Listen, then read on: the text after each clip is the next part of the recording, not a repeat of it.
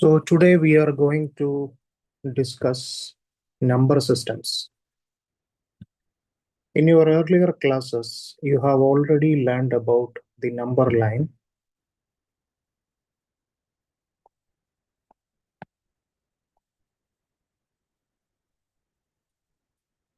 and different types of numbers. Look at this number line where zero is at the center, right? Where 0 is at the center. Positive numbers are on the right side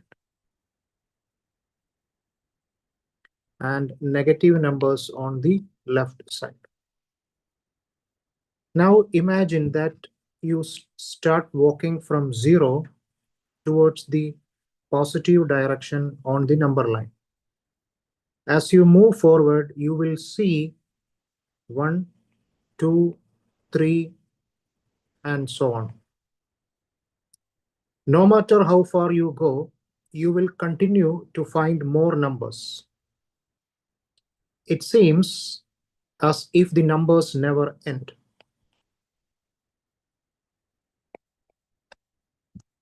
Now, suppose you have a bag and you start collecting some of these numbers. Which numbers would you collect? Would you collect only counting numbers, such as 1, 2, 3, etc.? Would you include 0 as well? Or would you also collect negative numbers such as -1, -2, -3, etc.? So mathematicians classify numbers into different groups based on their properties. The study of these groups of numbers is called the number systems. In this chapter, you will learn about different numbers, such as natural numbers, then whole numbers, then rational numbers,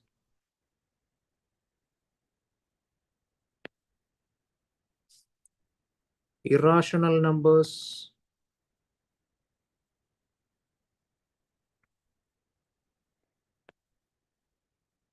real numbers. So mathematicians classify numbers into different groups based on their properties, such as natural numbers, whole numbers, rational numbers, irrational numbers, real numbers. So by the end of this chapter, you will understand how all these numbers are related to each other. Let us begin our journey into the world of numbers.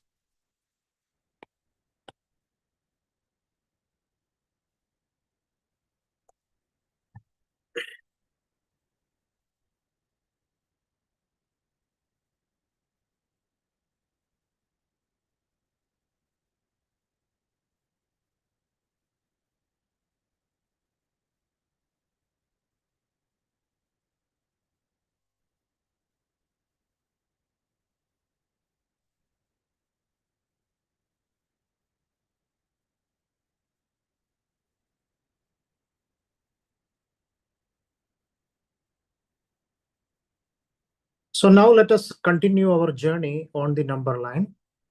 You might begin by picking up only the natural numbers, such as 1, 2, 3, 4, and so on. We know that this list never ends. It goes on forever, right? Can anyone tell me why the natural numbers never end? 1, 2, 3, etc. That's because for every natural number, we can always add 1 and get a bigger natural number, right? So your bag now contains infinitely many natural numbers. We represent the collection of natural numbers by the symbol n.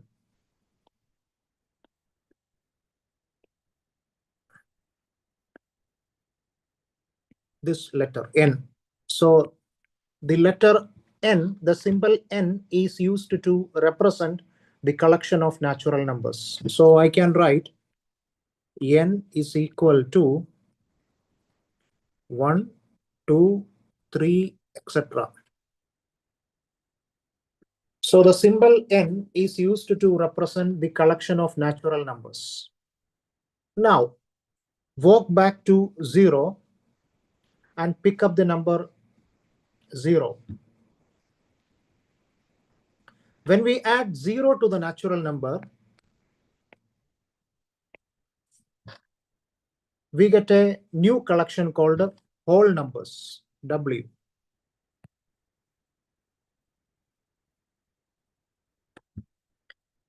So I can write this collection is represented by the symbol W. Okay, so remember what is n? N is used to represent the collection of natural numbers and W is used to represent whole numbers. So I can write W is equal to add 0.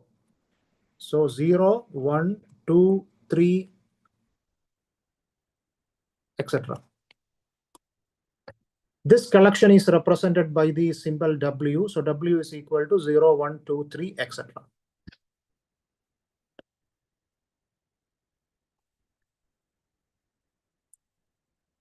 Now look to the left side of 0 on the number line. There are many negative numbers such as -1, -2, -3, -4, and so on. So pick up all these negative integers and put them into your bag. Now your collection contains positive integers, negative integers, and 0. So this collection is called integers.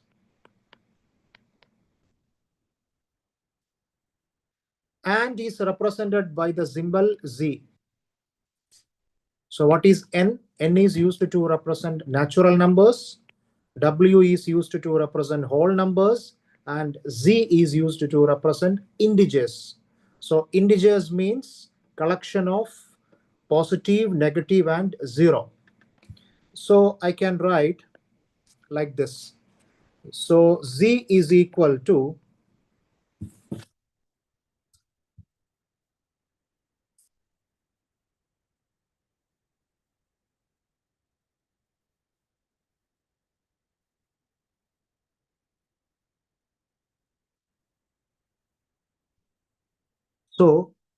Z is equal to, I can write, say, etc.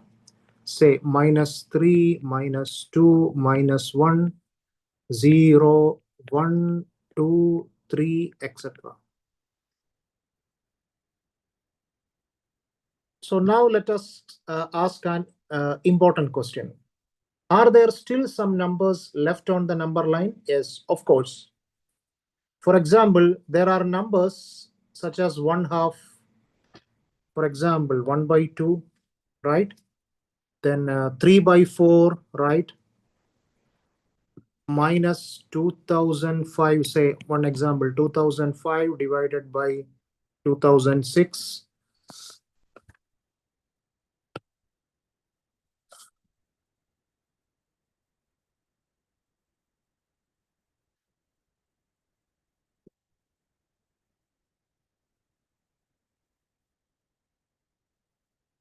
So these numbers cannot always be represented by integers. So these numbers are called rational numbers. So I will write here rational numbers. Rational numbers. So what is a rational number? A rational number can be written in the form P by Q, where Q is not equal to 0. So Q not equal to 0. So what is a rational number? A rational number can be written in the form P by Q, where Q is not equal to 0. If we collect all these rational numbers and put them into our bag, our collection becomes much larger. Okay.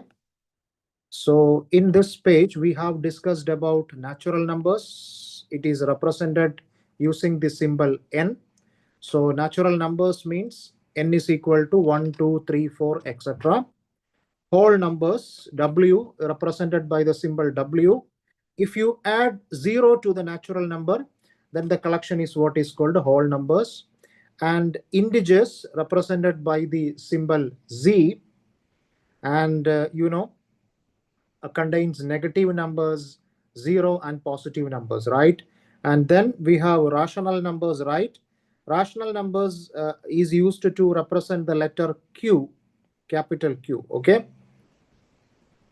That means you can write rational numbers in the form of P by Q, where Q not equal to 0.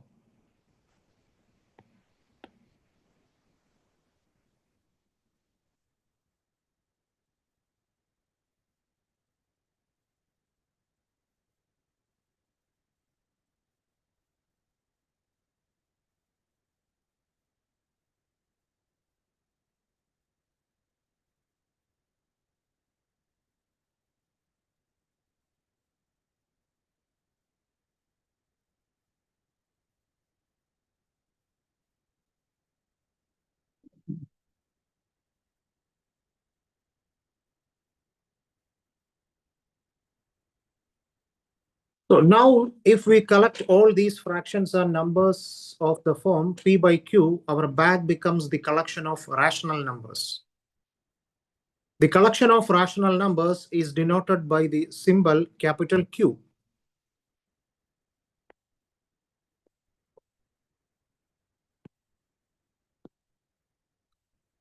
Capital Q. P by Q form.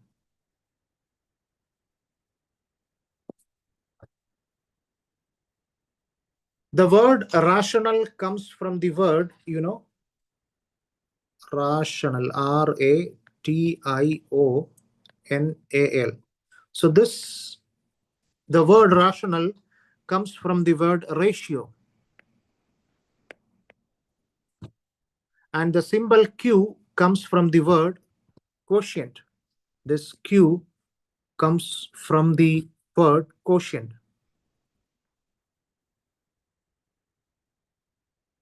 This Q comes from the word quotient. So let us recall the definition of a rational number. What is a rational number? A number is called a rational number if it can be written in the form P by Q, where P and Q are integers and Q is not equal to 0. Why do we insist that Q should not be 0?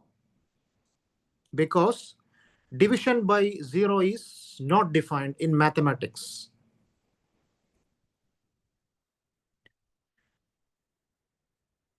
Notice that every natural number, whole number, and integer can also be written in the form P by Q.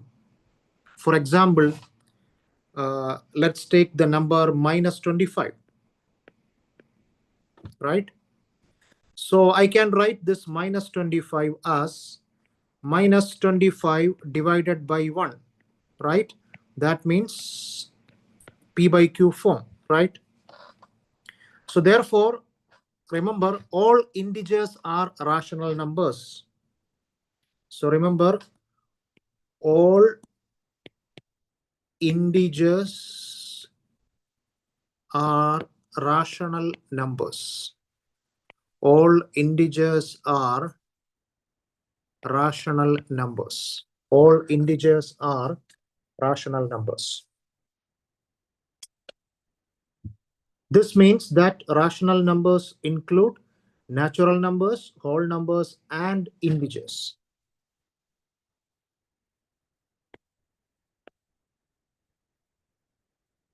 The next one is called equivalent rational numbers. Okay, this one, equivalent rational numbers. A rational number does not have a unique representation. For example, 2 by 4, right? So 2 by 4 is a rational number, right? Because I can write this as P by Q form, right? So this 2 by 4 I can write this 2, 4 cancel, right? So I can write 1 by 2. So 2 by 4 is equal to 1 by 2, right? Both are same, right? Similarly, 10 by 20.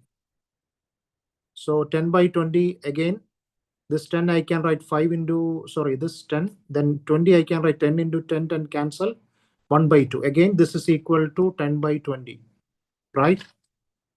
Then,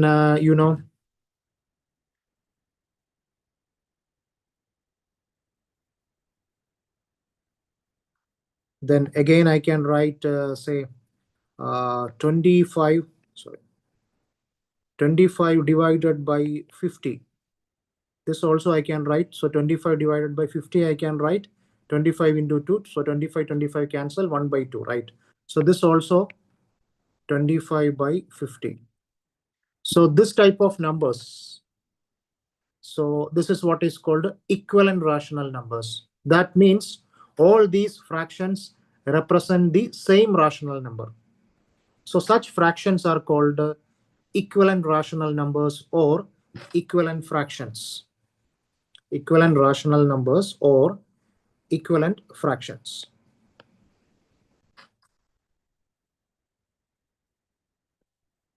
So when representing a rational number, we usually choose the simplest form. So in the fraction 1 by 2, the numerator and denominator have no common factor other than 1. Such numbers are called co-prime numbers. Co-prime numbers. Co-prime numbers.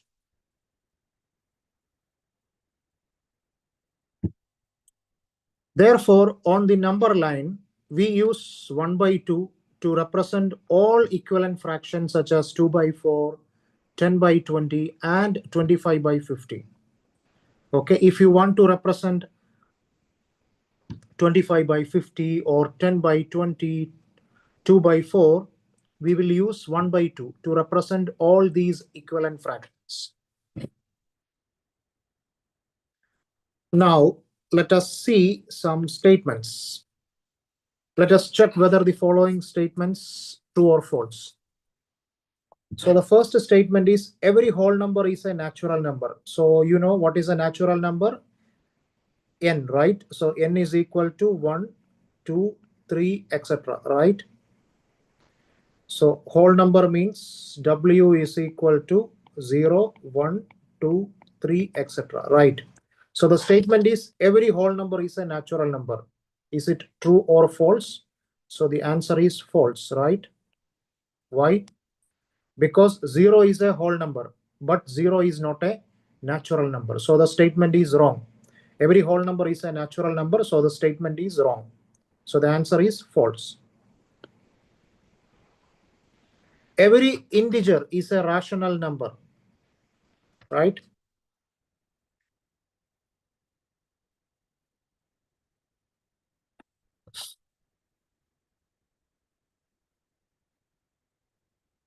So let's take an example. Say integer means negative numbers, 0 and positive numbers, right? So let's take one example, -5, right? So minus 5 is an integer, right? Because it's a negative number, right?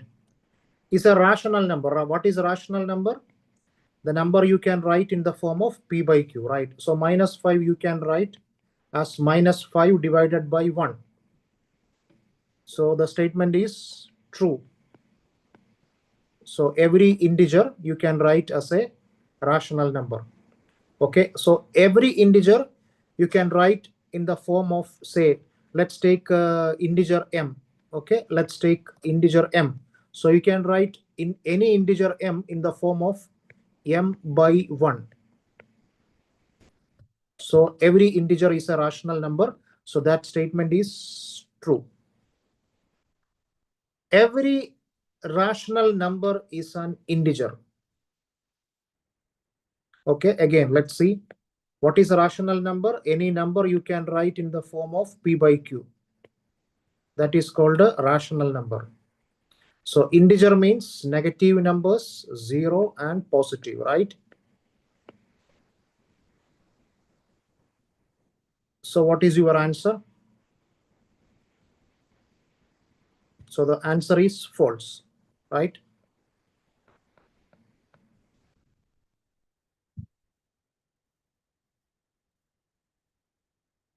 For example, let's take one example. Okay, take one rational number, say 1 by 2, or say another number, say 3 by 4, right? Or let's take another example. So these numbers are P by Q form, right? So that means rational numbers, okay? But these numbers are not integers. So the statement is false.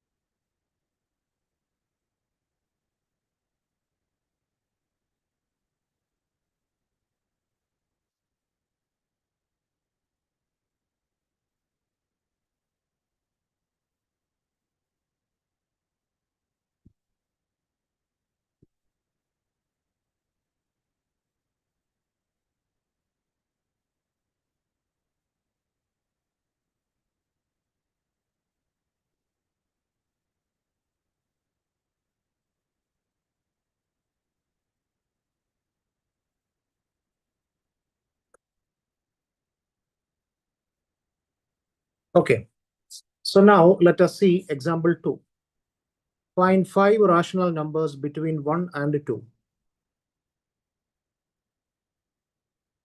So 1, okay, 1, 2, 3, 4, 5. So our aim is to write 5 rational numbers between 1 and 2. Write 5 rational numbers between 1 and 2. So rational number means in the form of P by Q, where Q not equal to 0, right? Rational numbers are numbers where we can write in the form of P by Q.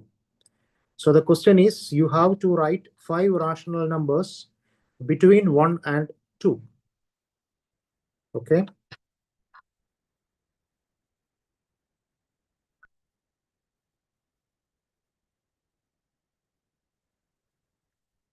There are 2 different methods we can use.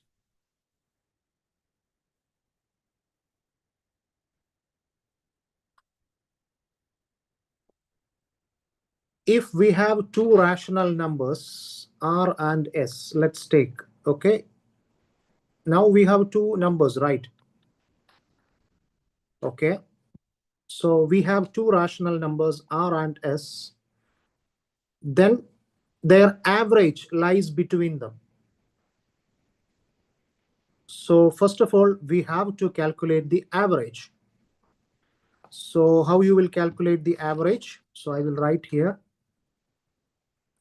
R plus S divided by 2, right? That is the average, right? So this one, R plus S divided by 2. So that is equal to 2 plus 1 divided by 2. That means 3 by 2, right? So between 1 and 2, the average is 3 by 2, right? So what is 3 by 2? 1.5, right?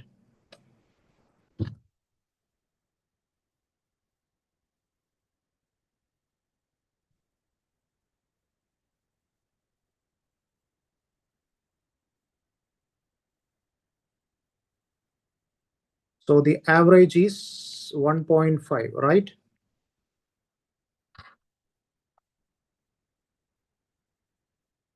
So this 3 by 2, this 3 by 2 is one rational number between 1 and 2, right? So I can write, say, 3 by 2. So this 3 by 2 is a rational number between 1 and 2. Similarly, we can find more rational numbers between 1 and 2. For example, 5 by 4, 11 by 8, 5 by 4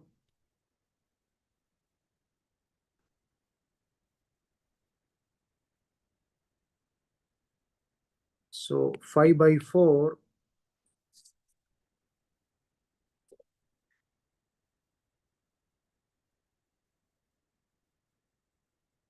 11 shit, what is this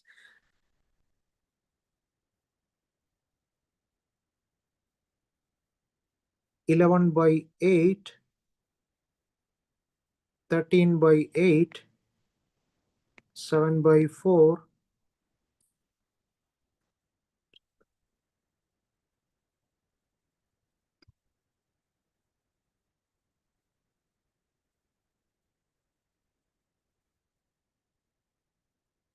so take the average. Okay, so find the average and you can calculate the rational numbers between 1 and 2. This is one method using the average. So once again, we have two numbers 1 and 2, right? So take the average R plus S divided by 2. So here R is this 1 and S is 2, right? So what is R plus S divided by 2? So 1 plus 2 divided by 2, that is equal to 3 by 2. So 3 by 2 is a rational number between 1 and 2. So I can write 3 by 2 is a rational number between 1 and 2. So you can proceed in this manner to find 4 more rational numbers between 1 and 2. So how you will calculate another rational number?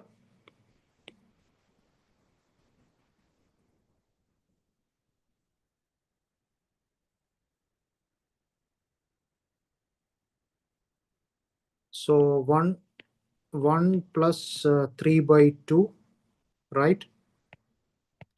So 2 LCM, 2 plus 3. So that is equal to 5 by 2, right?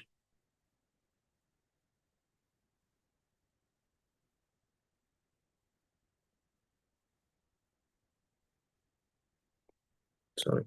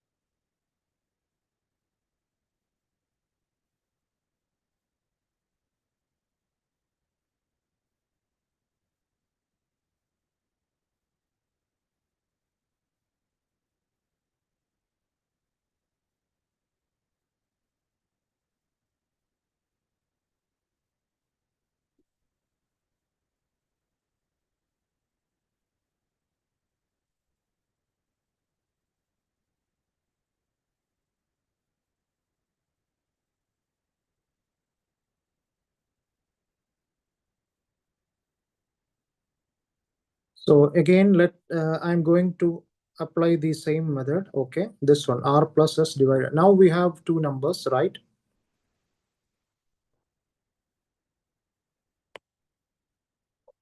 Now let's take this is r, and this s is 3 by 2. Okay, so what is the r plus s divided by 2, right? So what is r? 1 plus what is s? 3 by 2 divided by 2. So that is equal to, so here 2 LCM, then 2 plus 3. Okay, the whole divided by 2, right? So what is 2 plus 3? 5 by 2. So 5 by 2 divided by 2, right? So that is equal to 5 by 2. Change this division, multiplication with the reciprocal, right? 1 by 2. That is equal to 5 by 4. So 5 by 4, right? So this 5 by 4 is a rational number between this 1 and 3 by 2. That means 5 by 4 is a rational number between 1 and 2. Okay, so 5 by 4. 5 divided by 4. So using this method, sorry, let me check the mic is on. Yeah, okay.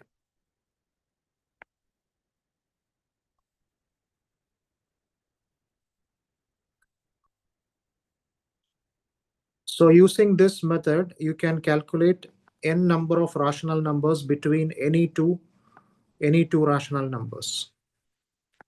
In the same way, you can calculate the remaining rational numbers between any two numbers.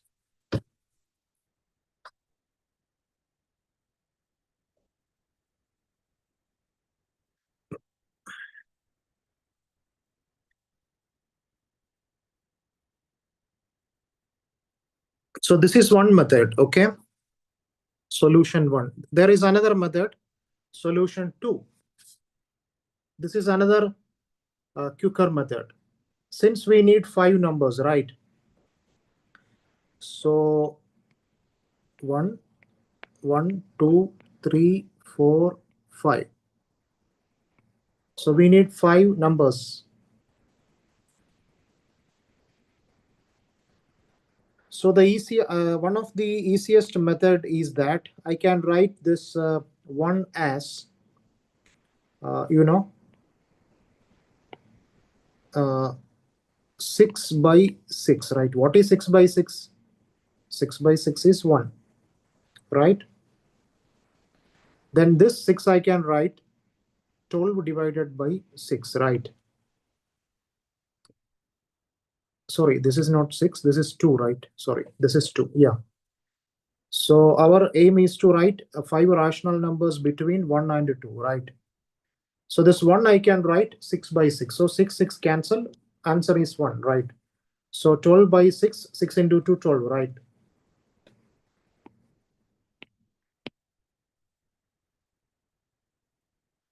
Okay, now see, the first number is 6 by 6 and the next number is 12 by 6, right? Okay, so you can write, yeah. So you can write, so do not change the denominator. So after 6, what is the next number? 7. So 7 by 6. Okay. Then next you can write after 7, the next number is 8. So do not change the denominator. 8 by 6. Then 9 by 6. Then 10 by 6. Then 11 by 6. 1, 2, 3, 4, 5. So these are the 5 rational numbers between 1 and 2. So these are the two methods to find rough rational numbers between 1 and 2.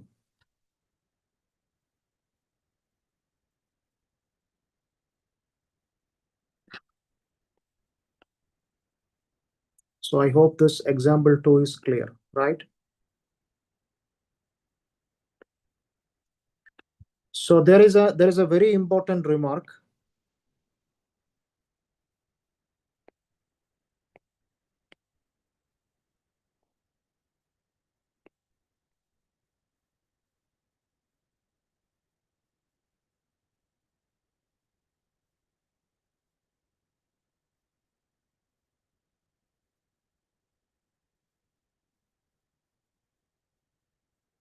So what is that?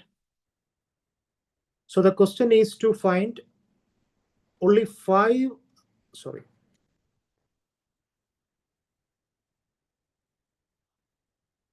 Yeah, the question is to find only 5 rational numbers between 1 and 2, right? But are there only 5 rational numbers between 1 and 2? No. There are infinitely many rational numbers between 1 and 2. Infinitely.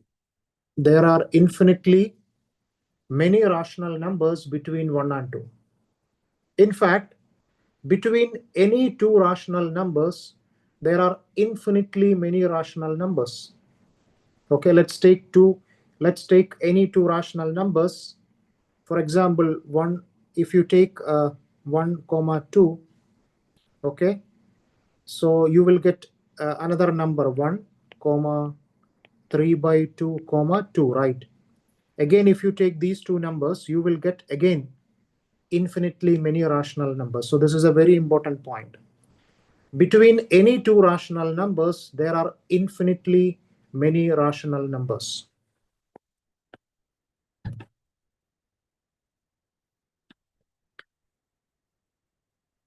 Again, go back to the number line. Now let us look at the number line once again. How we collected all the numbers on the number line? Not yet. Even after collecting all rational numbers, infinitely many numbers are still left. There are gaps between the rational numbers, and amazingly, these gaps also contain infinitely many numbers. This leads us to two important questions. What are the numbers that are still left on the number line called? How can we distinguish these numbers from rational numbers?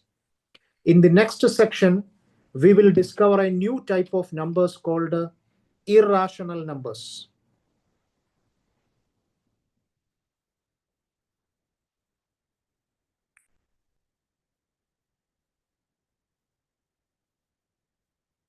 So the next section, we will discover a new type of numbers called irrational numbers. These numbers cannot be written in the form P by Q, where P and Q are integers and Q not equal to 0. If you can write the numbers P by Q form, is what is called a rational numbers, right? Rational numbers, right? If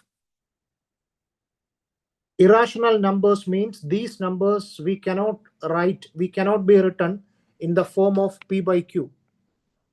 In the form of P by Q.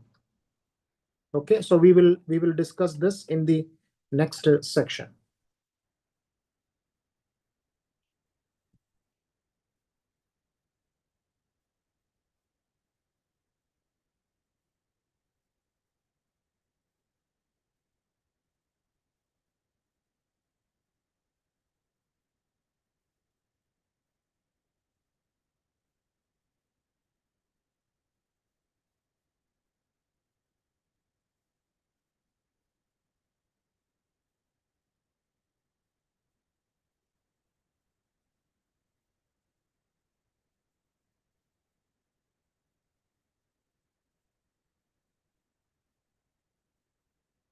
Okay. So in the previous section, we studied numbers called rational numbers, right? So what is a rational number? A rational number can be written in the form P by Q, where P and Q are integers and Q is not equal to 0, right? Now let us ask a very interesting question. Are all numbers on the number line rational numbers? The answer is no. There are some numbers which cannot be written in the form p by q. Such numbers are called irrational numbers.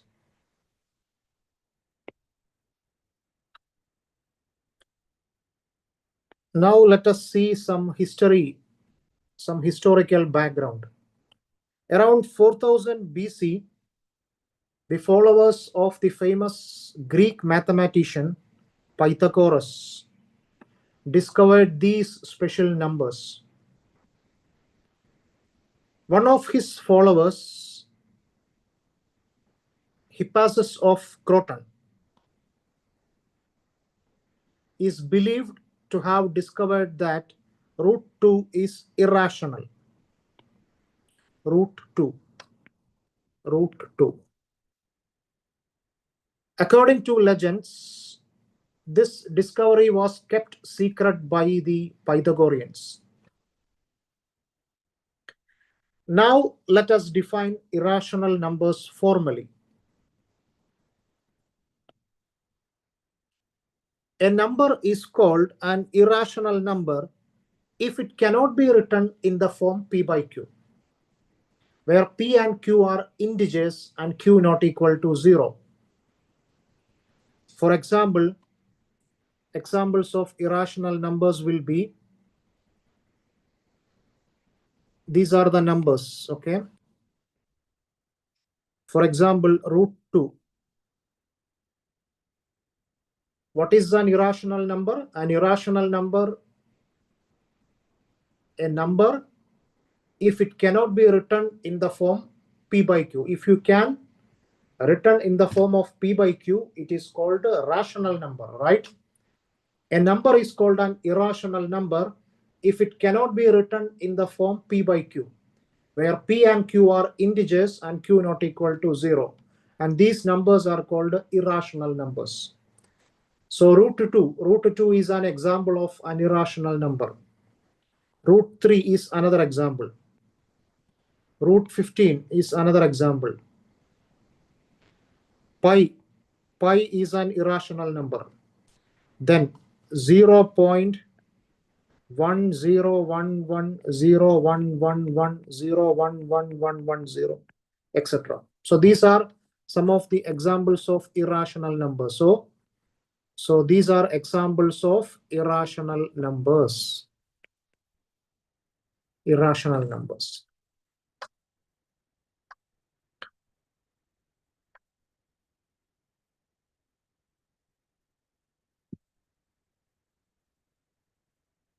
So this remark is very important.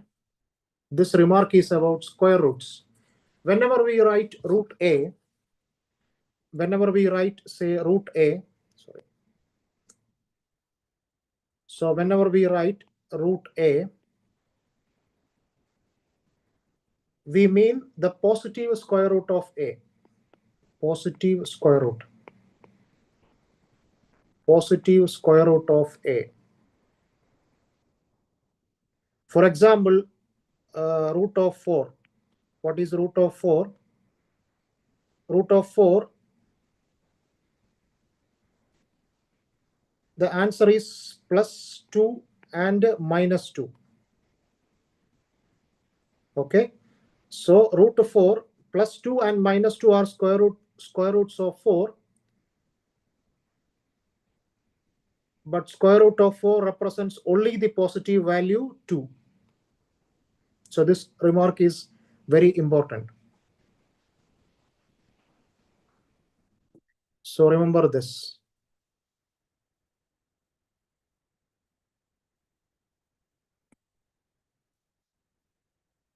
Okay, let us see some more irrational numbers.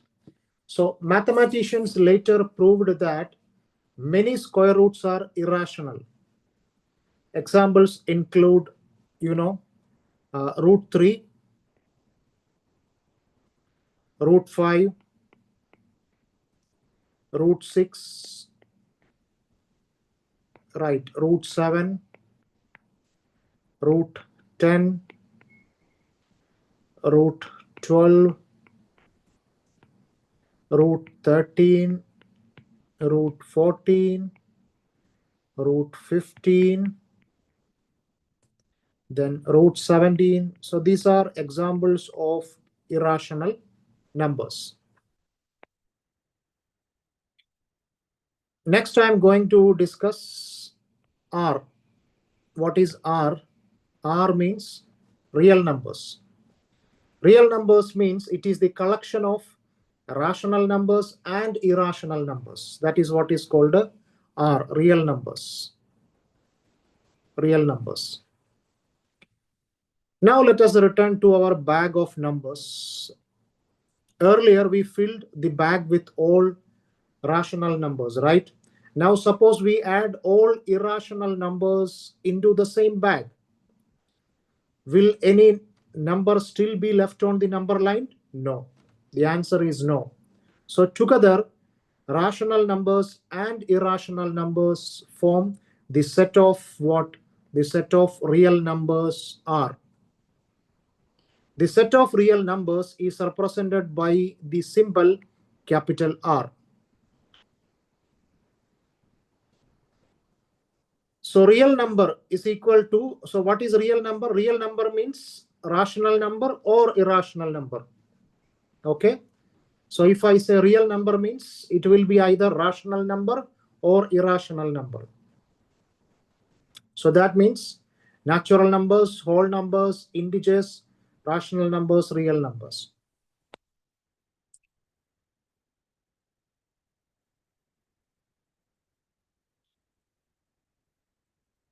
Next is real number line. Every real number. So what is real number? Real number means rational number and rational number plus irrational number is what is called a real numbers. So real number line, every real number corresponds to a unique point on the number line. For example, take this number line. If you take a real number R, every real number corresponds to a unique point on the number line. Similarly, every point on the number line represents exactly one real number. Every point on this number line represents exactly one real number. Therefore, the number line is also called real number line. Okay, so this term is very important. So what is real number line? Real number line means every point on this number line represents exactly one real number. Similarly, every real number corresponds to a unique point on the number line. So that's why the number line is what is called a real number line. Next, we will see some important discovery. In 1870, two German mathematicians made an important discovery. George Cantor and Richard Dedekind. They proved that every real number has a unique point on the number line, and every point on the number line corresponds to a unique real number. I have already mentioned that one. Take this number line. This is a real number line. Real number line. So these two German mathematicians, they have made an important discovery that every real number, if you take every real number R, every real number has a unique point on this number line. And every point on this number line corresponds to a unique real number. Every point on this number line corresponds to a unique real number. So these two German mathematicians made an important discovery. This is the discovery.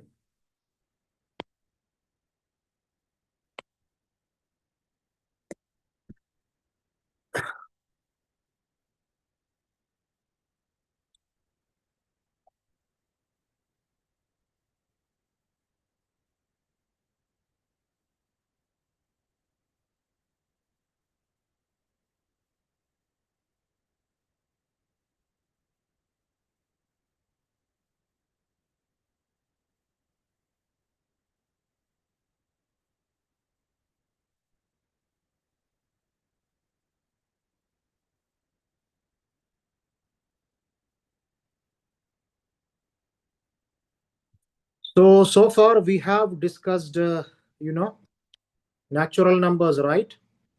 Then whole numbers, right? Then integers, right? Then rational numbers, right?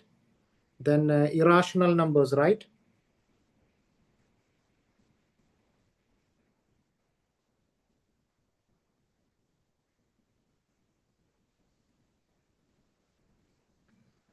Irrational numbers, right?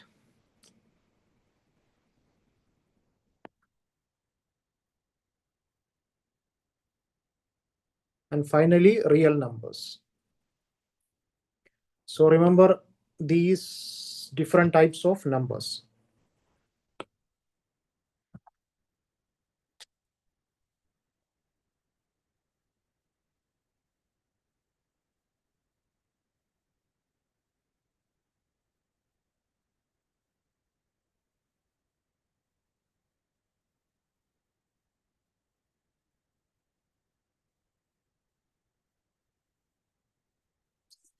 So we have learned that irrational numbers exist, right? But how can we represent them on a number line? So for example, we have discussed root 2. Root 2 is an irrational number, right? So how you will represent this root 2 on this number line? How you will represent this root 2 on this number line? How can we represent this irrational numbers on a number line?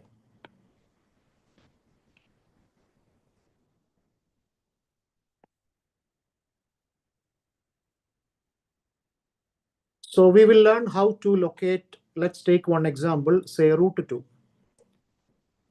How to locate root 2 and also root 3 on the number line using geometry and Pythagoras theorem. So we will use geometry plus Pythagoras theorem.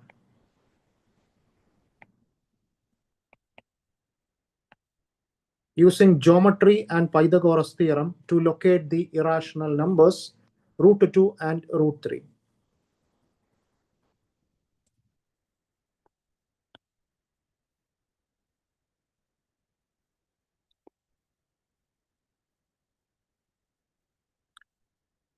Okay, so let's start. So this is my origin 0, right? So this is my 0 and this is my positive, right? And this is negative, right? This is 0. This is 0.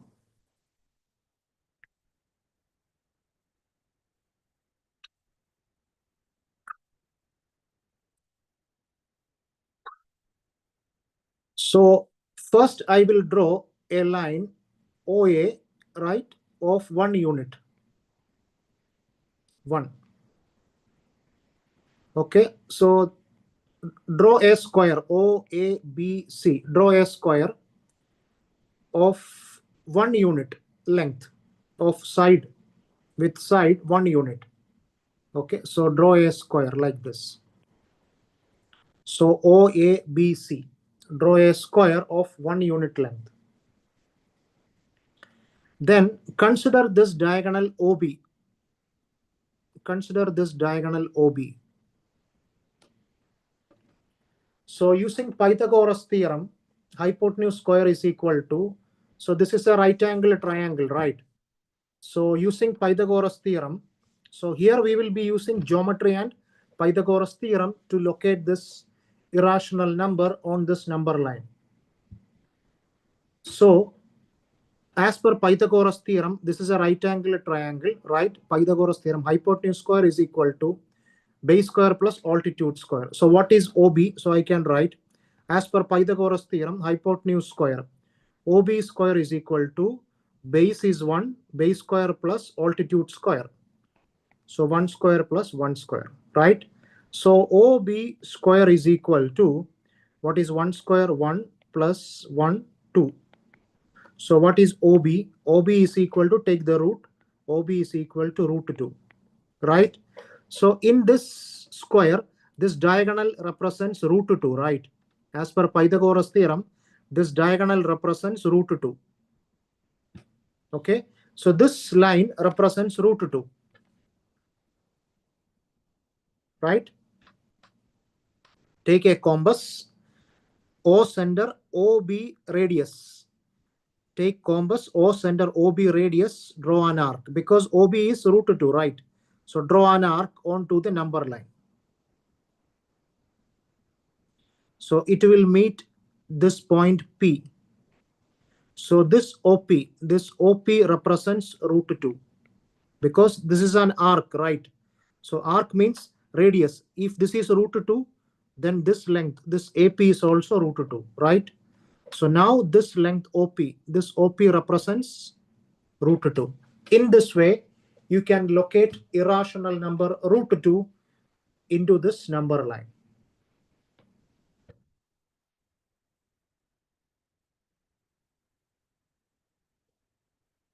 So here why we use this diagonal. Here why we use this diagonal. Why did we use the diagonal of this square? Because the length of this diagonal is exactly how much? Exactly root 2 as per Pythagoras theorem. Okay. Now we know this OB. This OB is exactly root 2. Take a compass, O center, draw an arc. So we will get OP. So this OP represents what? This OP represents root 2 units, right? This OP represents root 2 units.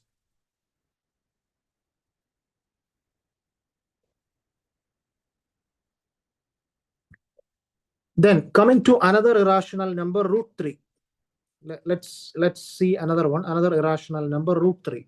How we can locate root 3 into this number line?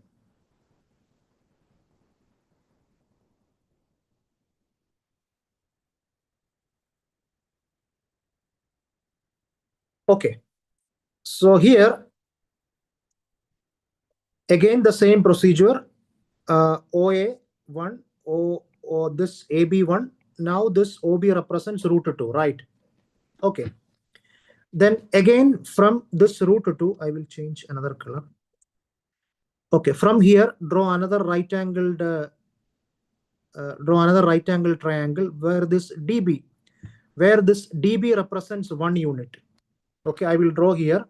I will draw this triangle here, this triangle. Okay, so this OB I will draw here. This OB, what is this OB? OB represents root 2, right? Then BD. BD is right angle, right? And this is 1 unit. Then join, and this point is D. Join O and D. Okay. Again, as per Pythagoras theorem, you have to apply Pythagoras theorem. This is hypotenuse, right?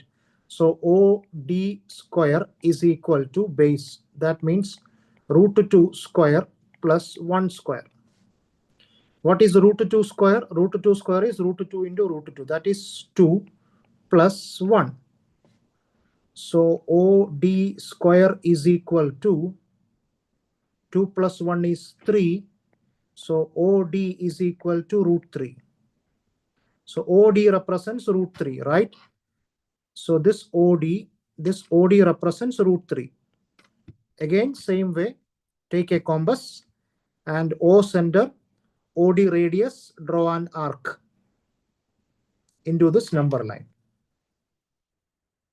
So this is OQ.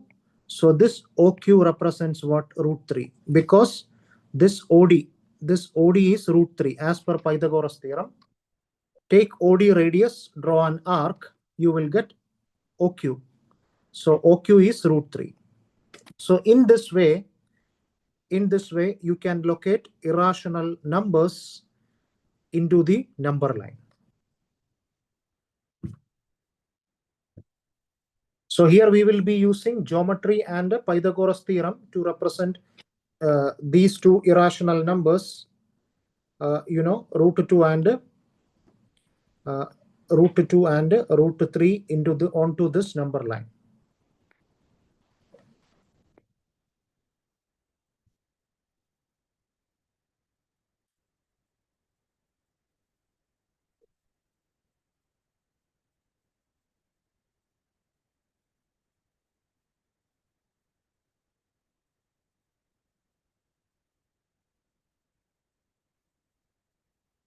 So same way,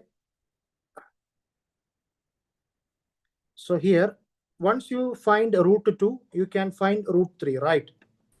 Same way you can, sorry. So after finding root 2, you have to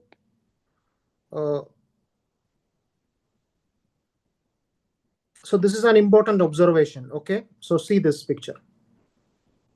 This is a very important observation. There is a pattern here. So once you locate root 2, we can use this root 2 to locate what? Root 3, right? So once you locate root 3, you can locate what? Root 4, then root 5, root 6, etc. Okay, that is what is called a square root spiral. So do this as a classroom activity.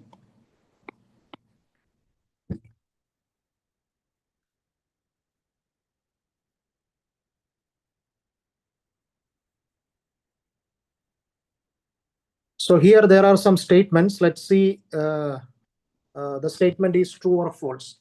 The first one is every irrational number is a real number. Every irrational number is a real number. Yes, the answer is true.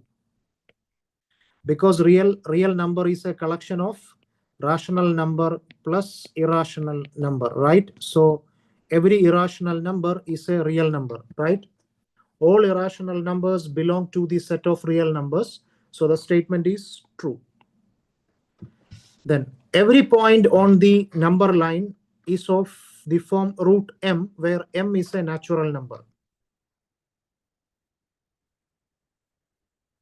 So the statement is false. Because points such as 1 by 2, let's take, say, 1 by 2, 3 by 4, pi, are also on the number line.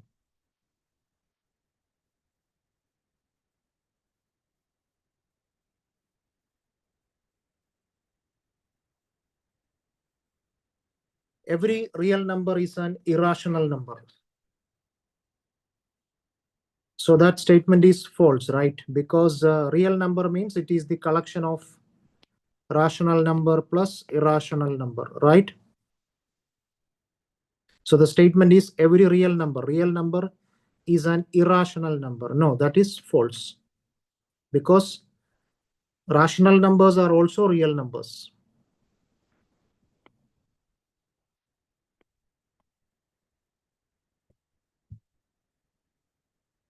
Then are the square roots of all positive integers irrational? If not, give an example of the square root of a number that is a rational number. So the answer is no.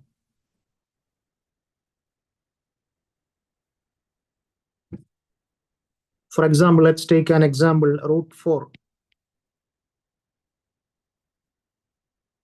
What is the answer? It's 2, right? So these are, another one, root 9. Take another one, root 9. What is root 9? 3, right? Then root 16. What is that? 4, right? These are rational numbers, right? So the answer is no. Then this is a square root spiral activity. So it is very simple. First, locate root 2. Then using this root 2, locate root 3. Then after that, find root 4, root 5, root 6. That beautiful figure is what is called a square root spiral.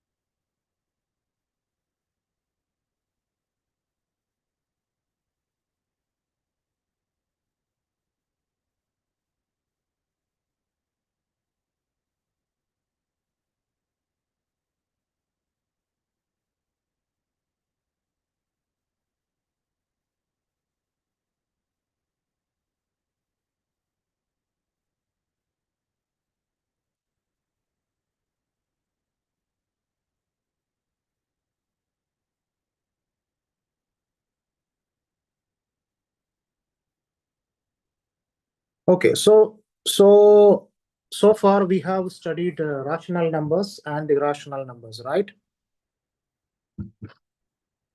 So real numbers means it is the collection of rational numbers and irrational numbers, right? Now we are going to learn them from a different point of view. So we will examine the decimal expansions. By looking at the decimal expansions, we can identify whether a number is rational or irrational.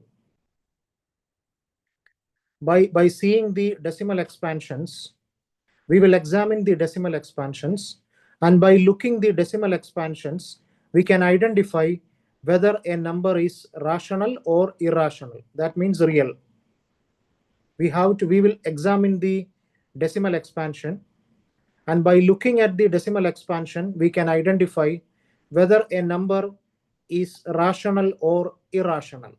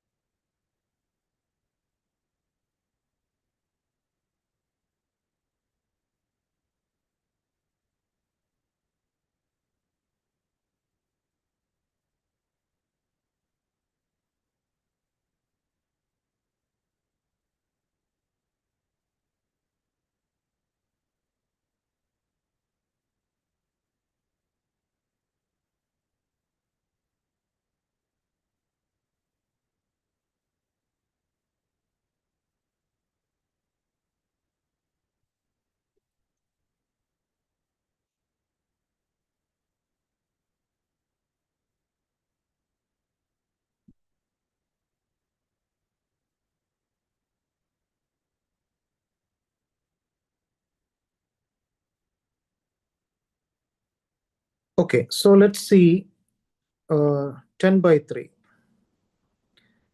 So let's see 10 by 3, 7 by 8, and 1 by 7.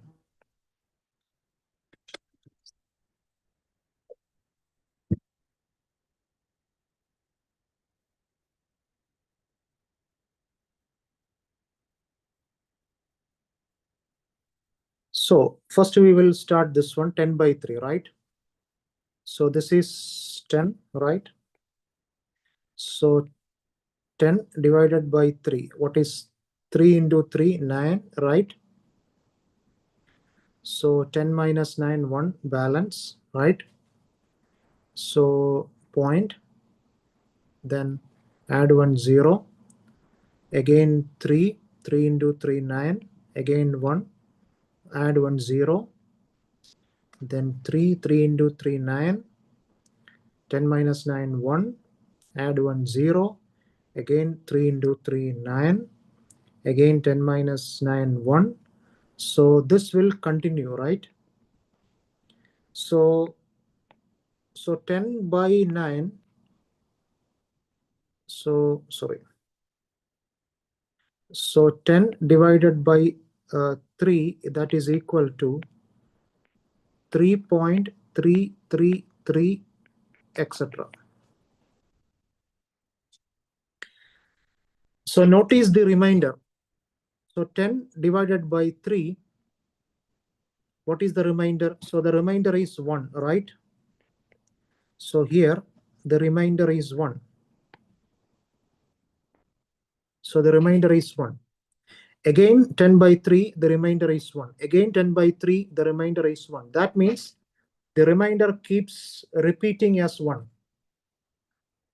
The digit 3 repeats forever, right? So this is what is happening here, 10 by 3. Next, we will see 7 by 8.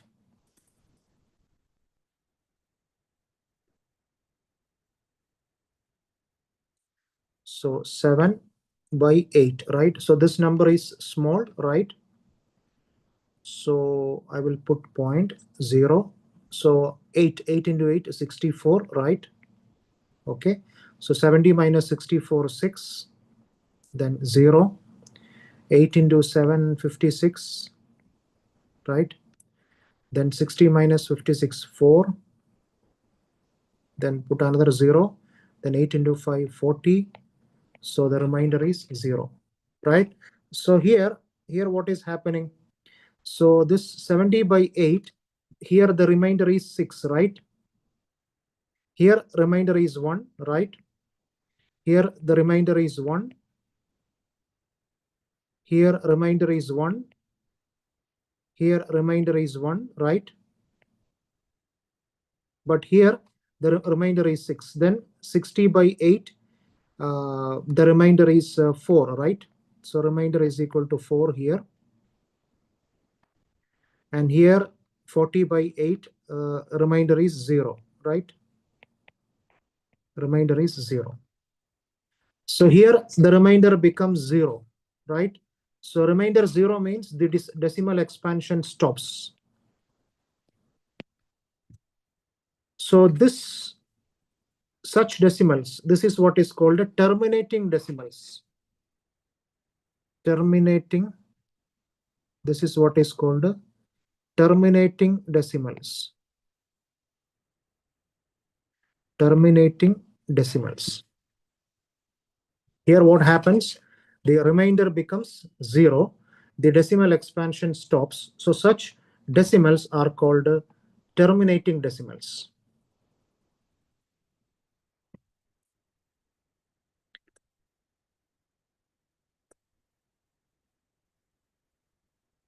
Then the next one, 1 by 7. So this is 1 divided by 7. Okay, this is small. I will put 10. So 7 into 1, 7. So here 10 minus 7, 3. So here the remainder is 3, right? Here the remainder is 3, right? So I will add 0. So 7 into 4, right? Then 28. So 30 minus 28. Here the remainder is 2. Okay. Then 7 into 2, 14. So 20 minus 14, 6. So here remainder is 6, right? Then 7 into 8, 56. Again, remainder is 4 here. So here remainder is 4. Then put 0. 7 into 5, 35. 7 into 5, 35. So 40 minus 35, 5. So here remainder is equal to 5. Then 50, 7, 7, 49. 50 minus 49, 1. So here the remainder is 1. So here observe. So observation is the remainder repeat in a cycle, right? So here the digits 1, 4, 2, 8, 5, 7. So now this is 1, right? So we started from here, 1, right? So we started from 1, right? Now we got 1. So that means this cycle. So the remainder repeat in a cycle. That means you will get, so 0.142857. Again, you will get 142857, 142857, like that. So 1422857 also repeat in a cycle. So what are the observations? Here, the observation will be the remainder either becomes 0 like this or starts repeating. The number of repeating remainders is always less than the divisor. So divisor is equal to 3, repeating remainder 1. Divisor is equal to, so for example, the divisor is equal to 3, repeating remainder is equal to 1. The repeating remainder is always less than the divisor, right? Here the divisor is 7. So see the repeating remainders here. Here the remainder is equal to 3. Here remainder is equal to 2. Here remainder is equal to 6. Here remainder is equal to 4. Here remainder is equal to 5. Remainder is equal to 1. So that means the number of repeating remainders is always less than the divisor. So here the remainder is 1. Here the remainder is 1. Okay. If the remainders repeat, the digits in the quotient also repeat. See, in this case, here the remainder is equal to 1, right? Here the remainder is 1. Here the remainder is 1. Here the remainder is 1. So here, if the remainders repeat, the digits in the quotient also repeat. So here what will happen? So it will be 3.333, etc. Here the digit 3 repeats because the remainder is repeating. And the next one is, in this case, 1 by 7. This case, 1 by 7. Here, this block, 142857, this block is repeating. Because we started from 1, now we are here, 1. So that means if you divide again, you will get, so now 1 by 7 is 0.142857. Again, you will get 142857. Again, you will get 142,857, like that.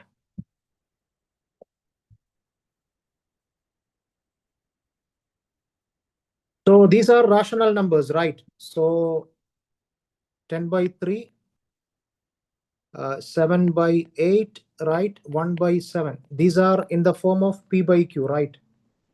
So P by Q form means rational numbers, right? So rational numbers have 2 types of decimal expansions, right? One is terminating like this. One is terminating. For example, 7 by 8, it is 0.875.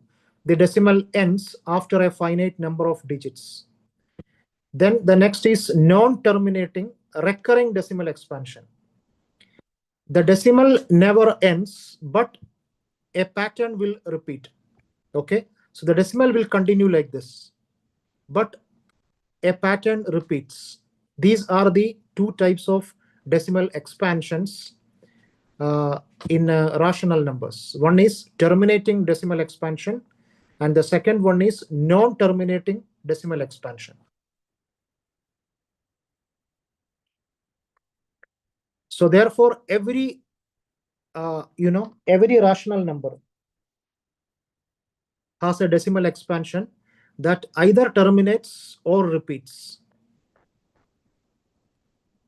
So the next section, we will see what happens in the decimal expansions of irrational numbers.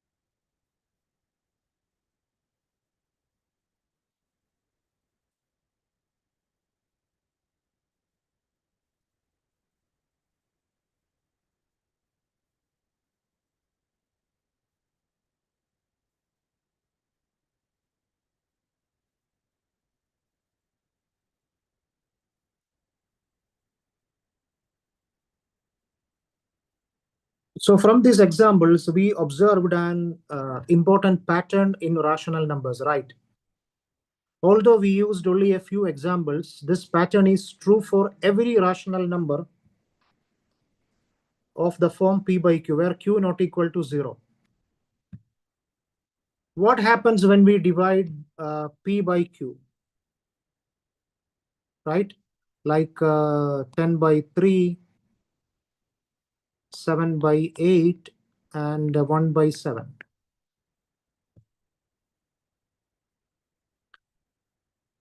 So what happens when we divide p by q? Possibility 1, the remainder becomes 0, right? After some steps. The second possibility will be the remainder never becomes 0 and starts repeating. So one is the remainder becomes 0 after some steps. The second possibility will be the remainder never becomes 0 and starts repeating. Case number 1 is the remainder becomes 0, like this, 7 by 8. Here the division ends because the remainder becomes 0. Another example, 1 by 2. What is 1 by 2? So 1 by 2 is equal to 0.5. Again, here the decimal expansion stops after one digit, right? So let's take another example, say 639 divided by 250. The answer will be 2.556. Again, the decimal expansion ends after a finite number of digits. So a decimal expansion that ends after a finite number of digits is called a terminating decimal expansion.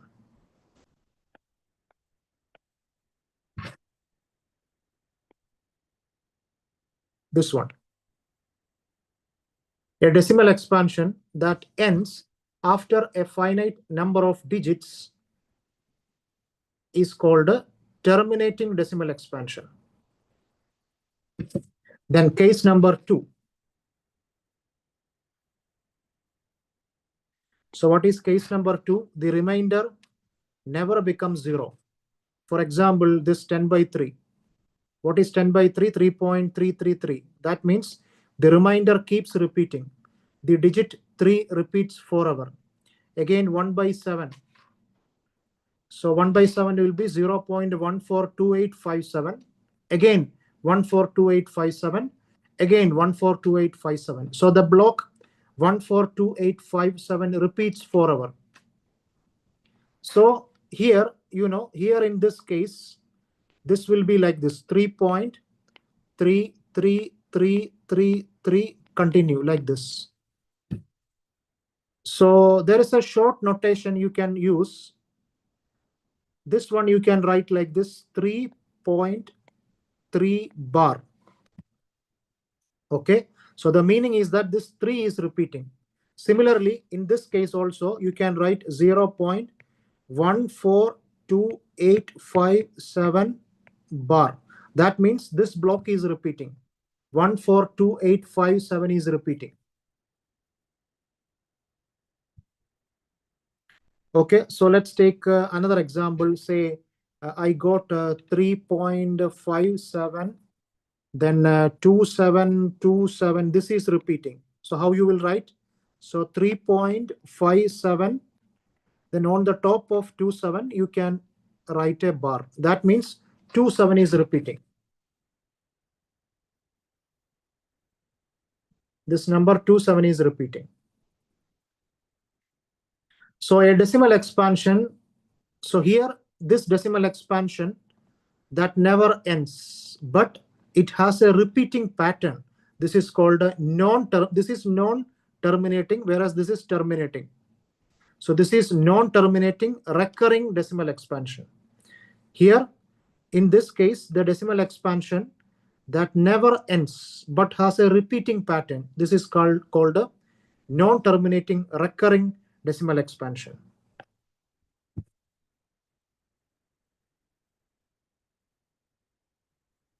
So from this, we have learned that in rational numbers, we have two types of decimal expansions. One is terminating decimal expansion, and the second one is non-terminating recurring decimal expansion.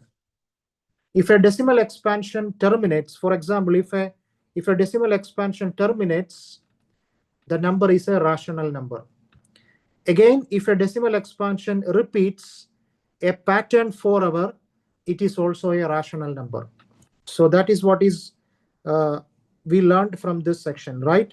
So by checking the decimal expansion, we can identify the number is a rational number or not.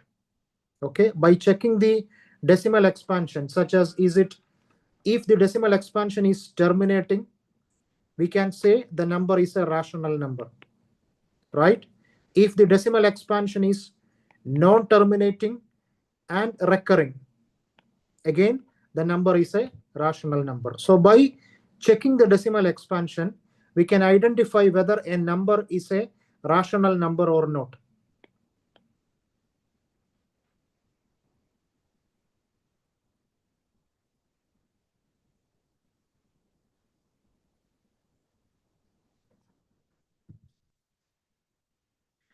So this is what I have discussed.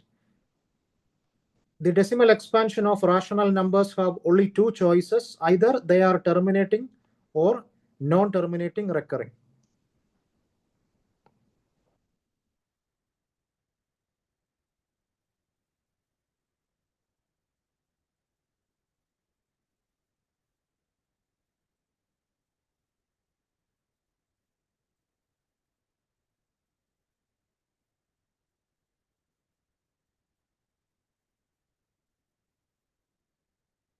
So let's take one example. Okay, so this is 3.14, 3.142678. Okay, here you can see the decimal ends, right? The decimal ends means it is terminating, right? That means rational number, right? Rational number. Again, another number, say 1.27, 27, 27, 27, etc. So here, this block 27 is repeating, right? So the block 27 repeats forever. So I can write 1.27 bar. So this is also a rational number. So remember, every rational number has either a terminating decimal expansion or a non-terminating recurring decimal expansion.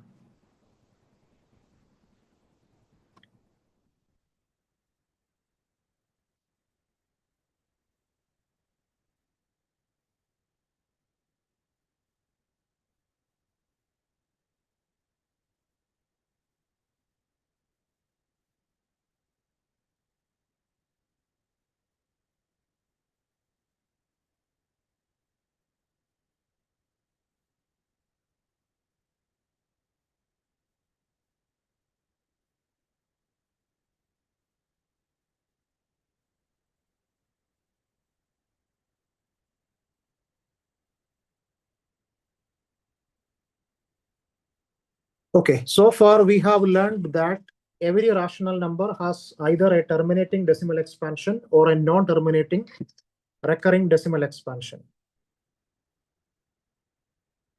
Now let us see how to convert such decimal numbers into the form of P by Q. So we have one question. Show that 3.142678 is a rational number. So that means we need to express this in the form of P by Q, right? So count the number of digits after the decimal point. So 3.142678. After the decimal point, 1, 2, 3, 4, 5, 6, right? So how many digits? 6 digits. So I will write like this. Remove the decimal point. So 3.142678. So write it over 1. Write it over 1 followed by 6 zeros. 1, 2, 3, 4, 5, 6.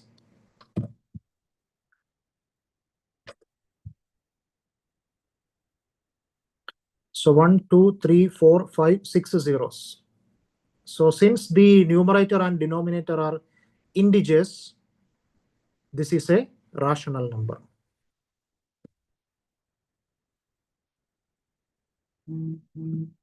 This is a rational number. So any terminating decimal can always be written as a fraction.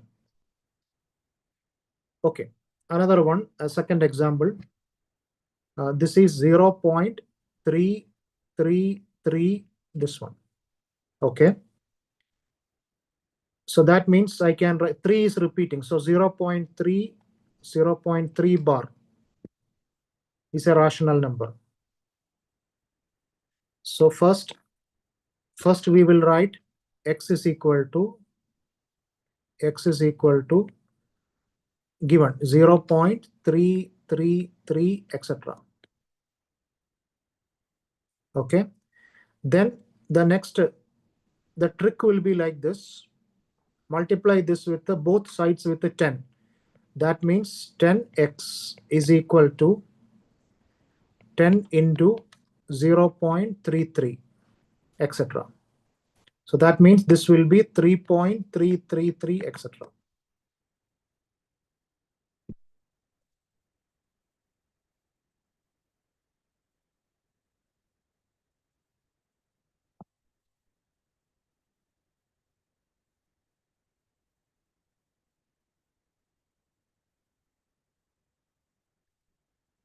So this 3.333, etc. is equal to, we can write 3 plus what?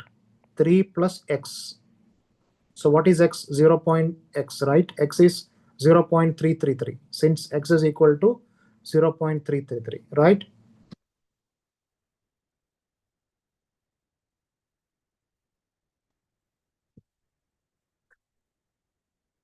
So I can write 10x is equal to, so 10x is equal to 3.333, right? So 10x is equal to, I can write 3.33 is equal to 3 plus x, right? So 10x is equal to 3 plus x, right? Then x will become to the left side. So 10x minus x is equal to 3. So 9x is equal to 3. So x is equal to 3 by 9. That is equal to 1 by 3. So it is 1 by 3. So the answer is 1 by 3.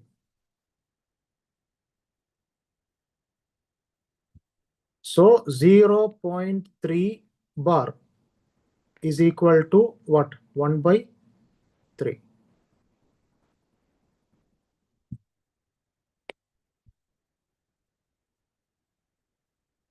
Then next is 1.27 bar. The block 27 is repeating. So here the difference is here 2 digits repeating. So the only the difference is you have to multiply with 100. Previously, here I have multiplied with 10 because 1 digit is repeating. Here in this case, 2 digits repeating. So that means we will use 100, multiply with 100. So remaining steps same. The process will be same, and finally you will get the answer. So the answer will be 14 divided by 11. So the answer is how much? 14 divided by 11.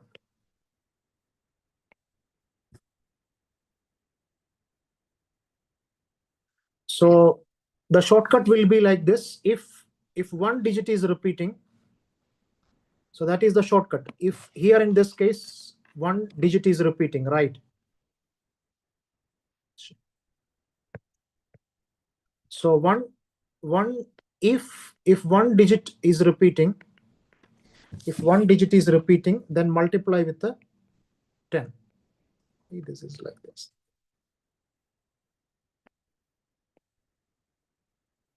If 2 digits repeats, if 2 digits repeats, then multiply with the 100. If 3 digits repeat,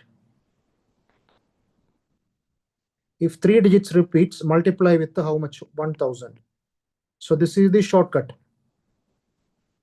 This is the shortcut. If 4 digits repeating, then multiply with the 1, 4 zeros. That's it. If 1 digit is repeating, multiply with the 1, then 1 0. If 2 digits repeating, multiply with the 1, 2 zeros. That means 100, like that.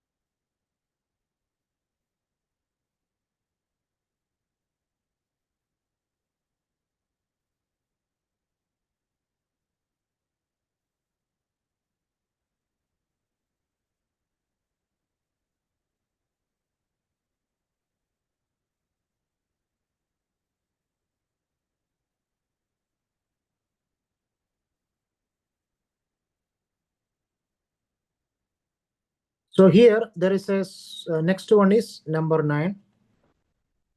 Here this is 0.2, then 35. So 35 is repeating. Okay. So that means 0.235 bar. That means 35 is repeating. Here check this 2 is not repeating. So notice carefully that the digit 2 does not repeat. Only the block 35. Only the block 35 is repeating. So here again 2 digits repeating, right? So that means you have to multiply with the 100. The same procedure. See this. Multiply with the 100. Then follow the steps. We will get the final answer as 233 by 990.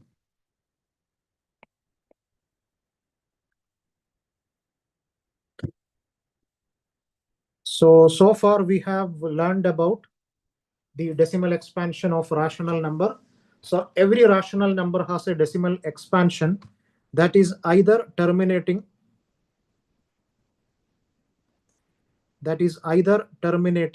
or non-terminating recurring. This is very important.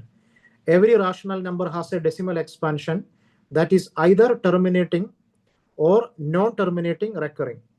So terminating means, for example, 0, say 0.5, then 0.875, right? These are terminating. 2.556. These are terminating.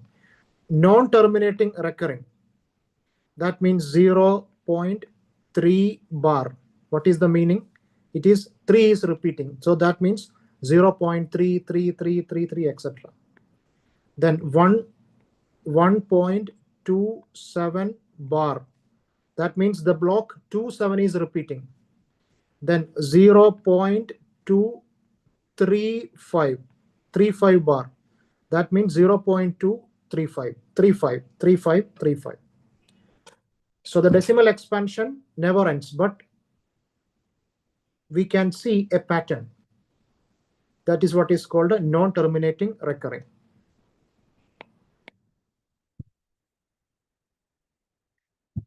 So this is very important. The decimal expansion of a rational number is either terminating, this one. The decimal not this one. Yeah, this one. The decimal expansion of a rational number is either terminating or non-terminating recurring. If the decimal expansion is terminating or non-terminating recurring, then the number is what? Then the number is rational. Then the number is rational. So remember these two statements. The decimal expansion of a rational number. The decimal expansion of a rational number is either terminating or non-terminating recurring. If the decimal expansion is terminating or non-terminating recurring, then the number will be rational number. So what about irrational number? If rational numbers have terminating or repeating decimals, what kind of decimal expansion do irrational numbers have? So irrational numbers have decimal expansions that never end. So the decimal expansions that never end and never repeat. Never repeat. So the decimal expansion of irrational numbers that never end and never repeat. For example, let's see one example. Let's say root 2 is an irrational number, right? So see the value of root 2. What is the value of root 2? 1.414256237, etc. So here, this is the decimal expansion of irrational number root 2. See the decimal expansion. So never ending, right? It will continue like this and never repeat. Okay, there is no repeating block, or there is no repeating digit. So digits will continue, no repeating pattern. So that is the decimal expansion of irrational numbers. Another example is pi. You know what is the value of pi? So 3.1415, right? 9265535. This will continue. So the decimal expansion of an irrational number is non-terminating and non-recurring. This one, the decimal expansion of an irrational number is non-terminating, non-recurring. Again, if a decimal expansion is non-terminating and non-recurring, then the number will be what? Then the number will be irrational. Then the number will be irrational.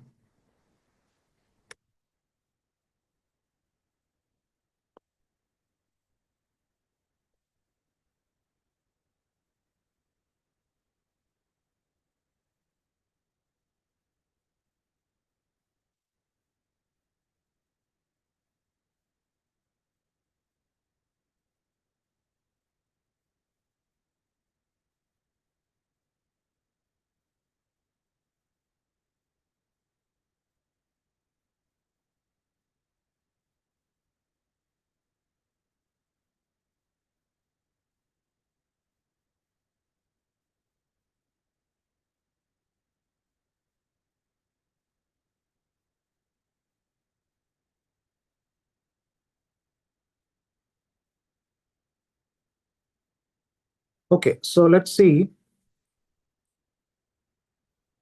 Consider this number. Okay, so 0 point, this one. So 0 point, this is 1 0, then 1 1 0, then 1 1 1 0, then 1 1 1 1 0, etc. So now let us look at a very important property of irrational numbers. So consider this number. Does this decimal terminate? No. Does any block of digits repeat continuously? No. So this decimal expansion is non-terminating and non-recurring. So hence this is an irrational number. So hence this is an irrational number. Why? Why? Because the decimal expansion is non-terminating and non-recurring. So can we create more irrational numbers? Yes. We can create infinitely many irrational numbers. Any decimal expansion that never ends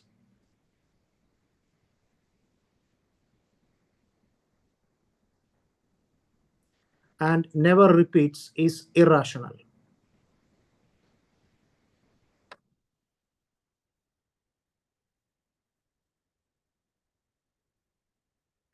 So what are the famous irrational numbers? One is root 2. See the digits. Root 2. 1.4142135623730950488, etc. So notice that the digits continue forever without a repeating pattern. Then check another one, pi. So many students think that the value of pi is equal to 22 divided by 7. This is not correct. So 22 by 7 is only an approximation of pi. This is an approximate value of pi.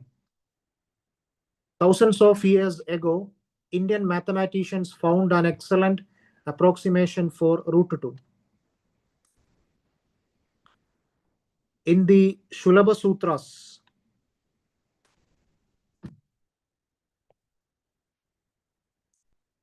the value of root 2, 1.4142156. This approximation is correct up to the 5 first decimal places.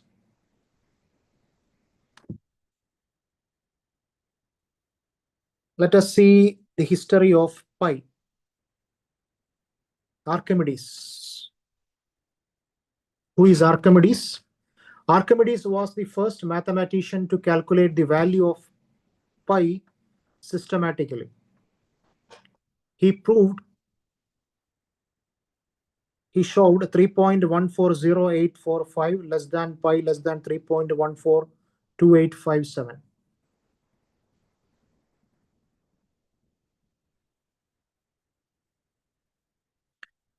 Then Aryabhatta. Aryabhatta found the value of pi correct to 4 decimal places. The value of pi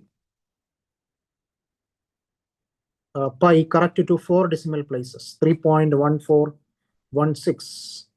So now we have modern computers, right? Now we have modern high-speed computers, right? We have powerful computers. So these powerful computers have calculated trillions of digits of pi.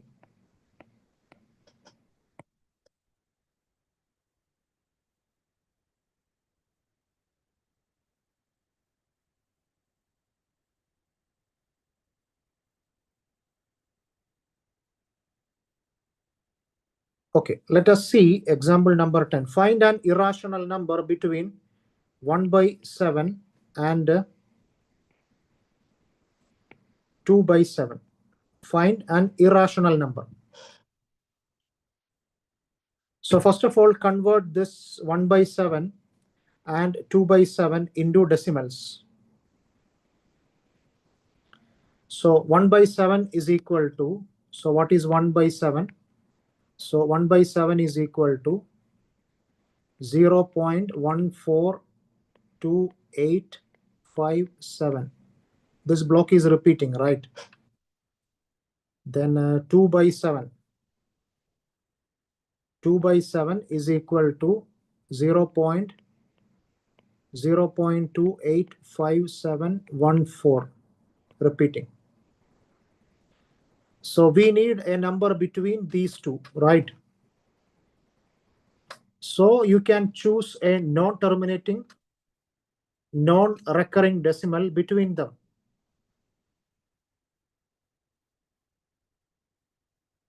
Say 0.150, 1500, then 15000, 1540, etc. So like that, you can choose a non-terminating, non-recurring decimal between them. Say, for example, I can write like this: 0.150, then 1500,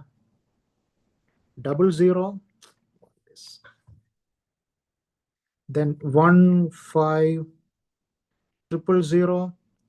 1540, etc. So see this. This is non-terminating and non-recurring. So in this way, you can write irrational numbers between two numbers. See this. This does not repeat any fixed pattern, right? So this is an irrational number.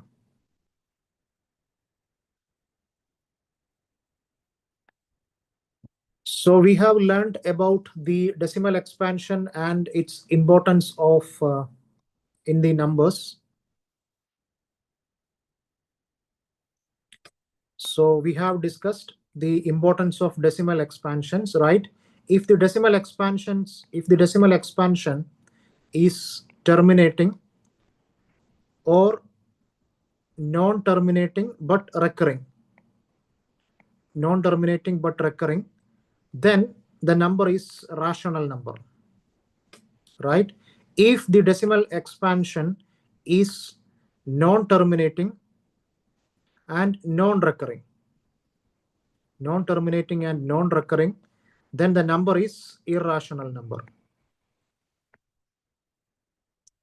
Then the number is irrational number. So that is what is the importance of decimal expansion. By checking the decimal expansion, we can say the given number is either a rational number or an irrational number. Real number means what? It is the collection of rational number and irrational number.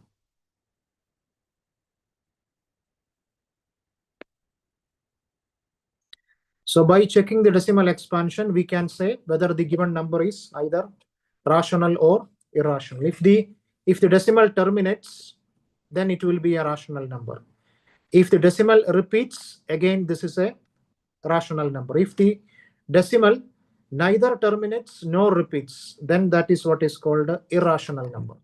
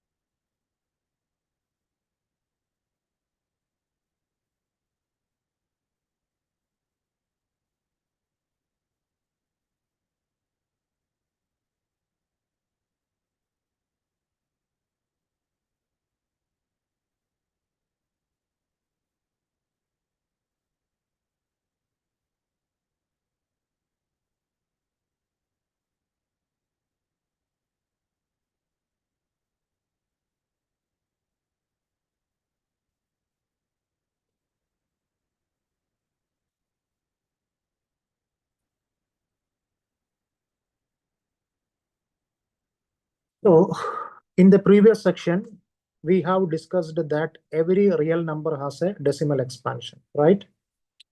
Now let us see how we can represent a real number on the number line using its decimal expansion. For example, let's take one example, 2.665. 2.665.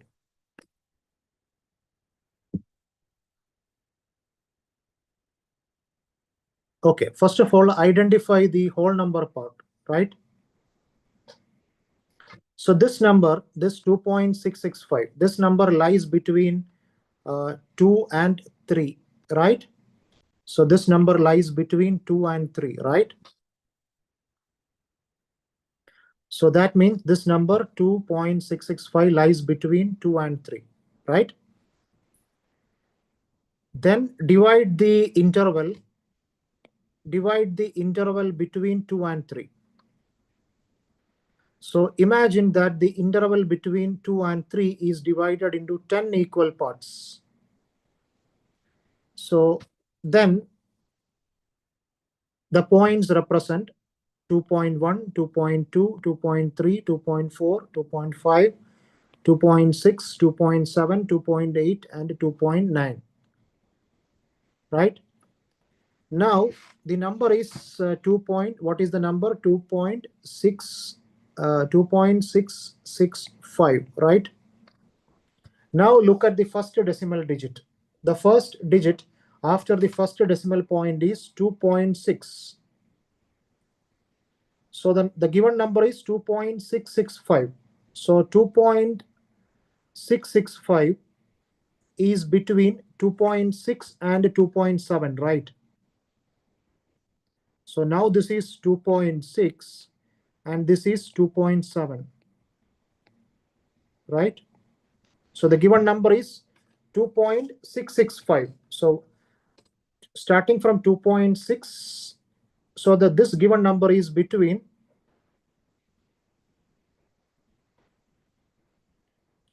2.6 and 2.7.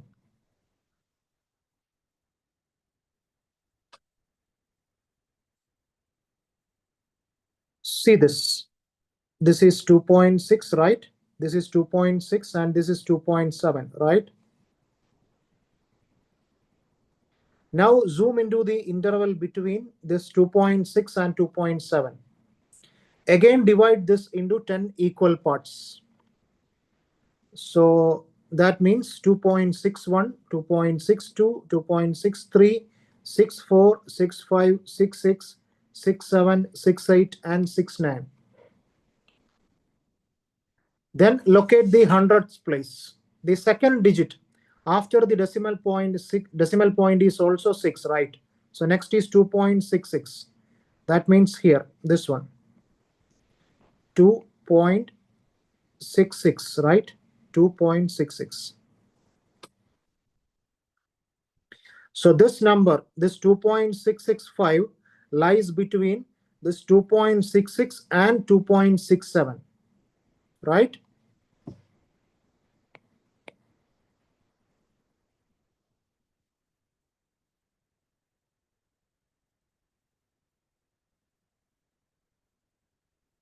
Now we have this 2.66, right?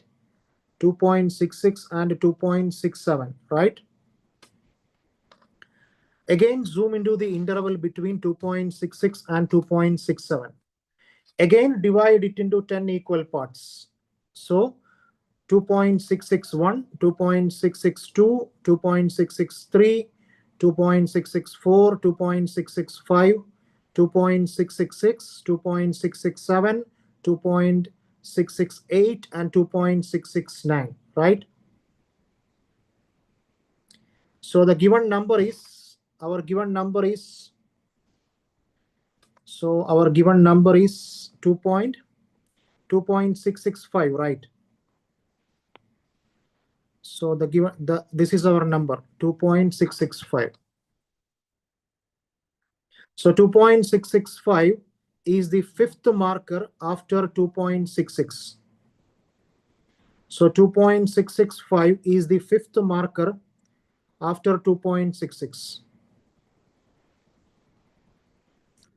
So think of using a zoom lens on the number line. First,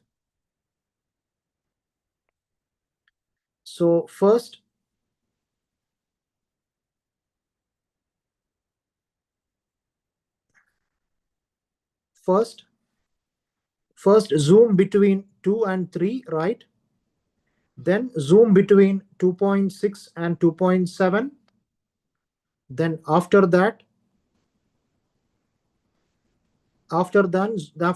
zoom between 2.66 and 2.67. Finally locate this 2.665.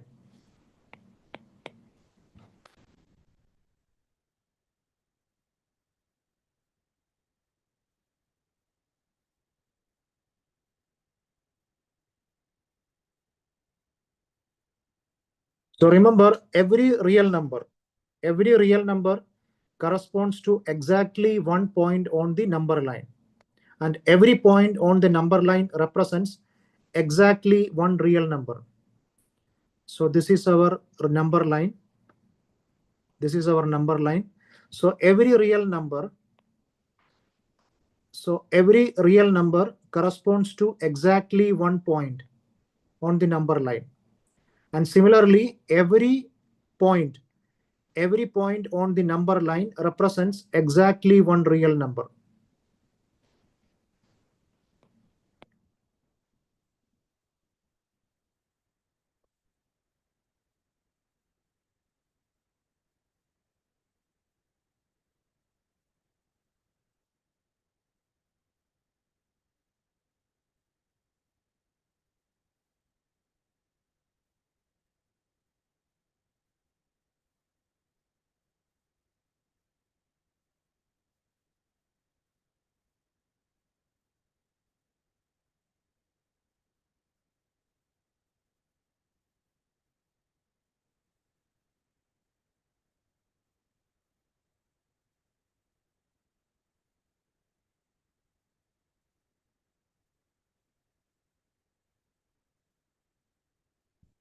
So the method we used to locate the number 2.665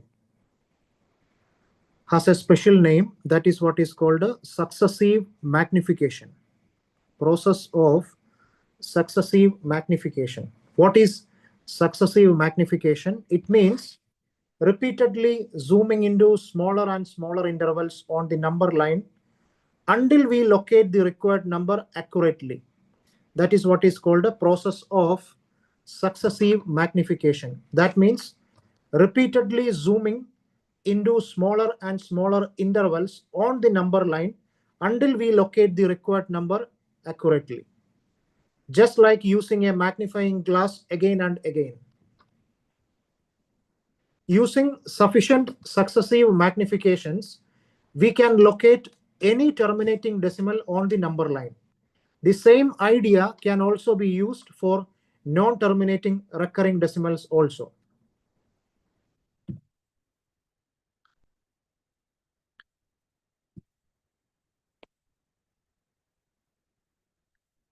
Then we will go to another example, example 11. Visualize the representation of 5.37 bar up to 5 decimal places. That means up to 5 decimal places. That means 5.3777. 5 decimal places.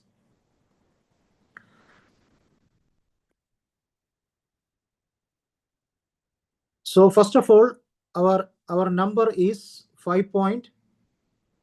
So the number is 5.37777, right? So how many up to 5 decimal places, right? 1, 2, 3, 4, 5. Yes.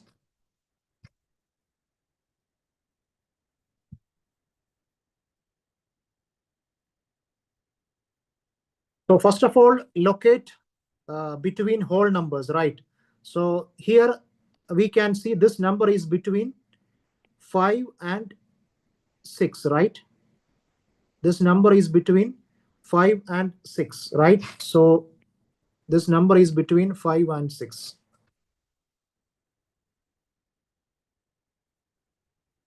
Then divide this into 10 equal divisions: 5.1, 5.2, 5.3, 5.4, 5.5, 5.6, 5.7, 5.8, and 5.9, right? So here, see this, the first decimal, 5.3, right? So our number is between 5.3 and 5.4. So the number lies between 5.3 and 5.4. So divide this into again 10 equal parts. So 5.31, 5.32, 5.33, 5.34, 5.35, 5.36, 5.37, 5.38, and 5.39. So the next number is 5.37. That means our number is between 5.37 and 5.38. So 5.37 and 5.38. Again, divide this distance into 10 equal parts. So 5.371, 5.372, 5.373, 5.374, 5.375, 5.376, 5.377, 5.378, 5.37. So the next is 5.377. So our number is between 5.377 and 5.378. Okay. So again, divide this into 10 equal parts. So 5.3771 till 5.377, right here. So our number is 5.37 bar. That means between this 5.37 here. So we can locate here. So the number is here. So our number is here. So that means every number we can locate on the number line, and every point on the number line represents a real number.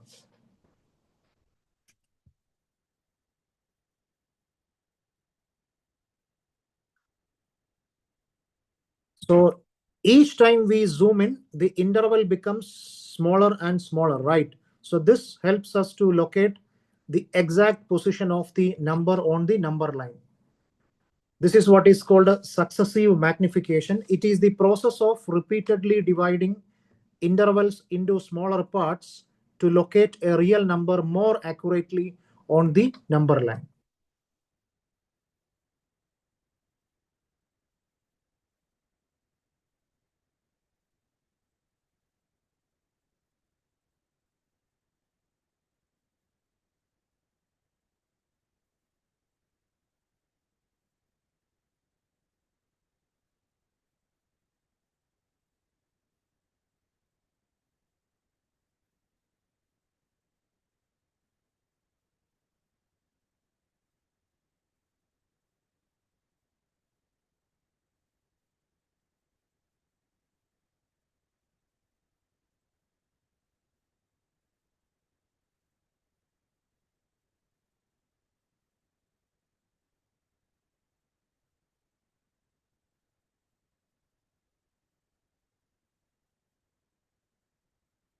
So here you can see we stopped here, right?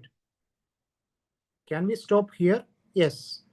If this level of accuracy is sufficient, we can stop it here. But if we need more accuracy, we can continue this process.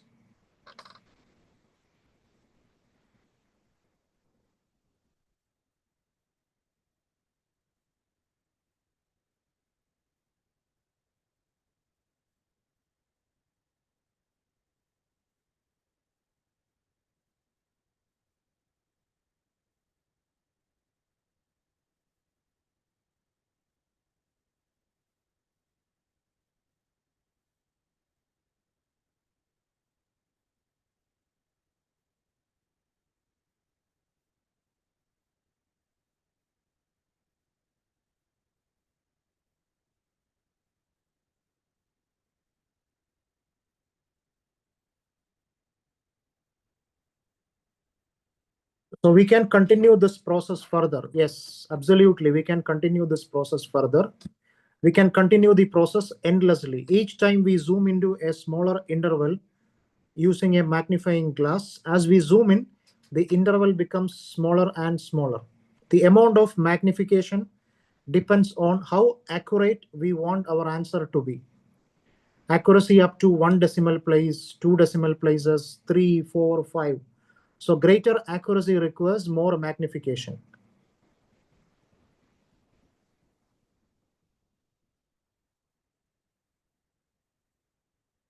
So far, we have represented terminating and recurring decimals, right?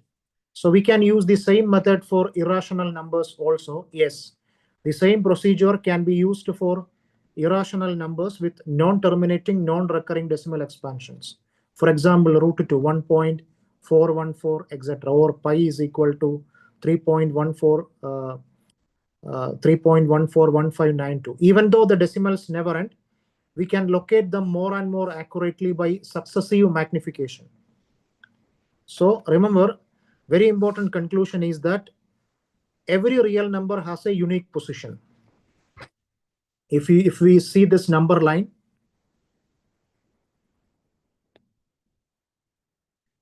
every real number, if you take every real number has a unique position. And every real number, we can represent every real number is represented by a unique point on the number line. And every point on the number line represents one and only one real number. For example, take this point. This point represents one and only one real number. So we can think number line as a road. Every real number has its own address on this road. No two different numbers can occupy the same position, and every position belongs to exactly one real number.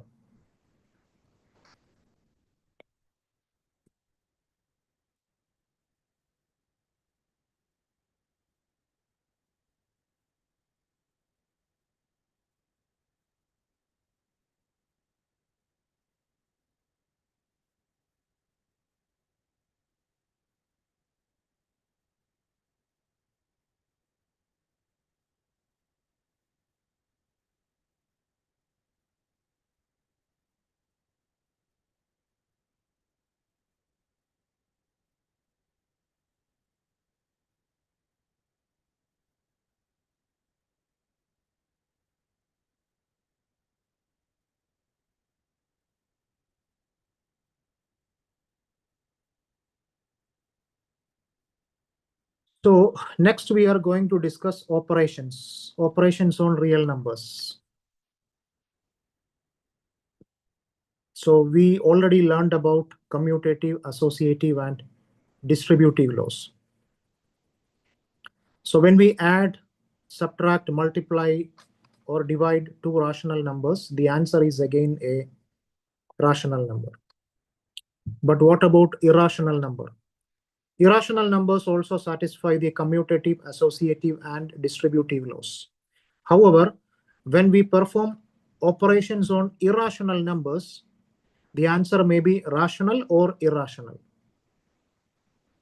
Okay, so if we do different operations on rational numbers, the answer is again rational number.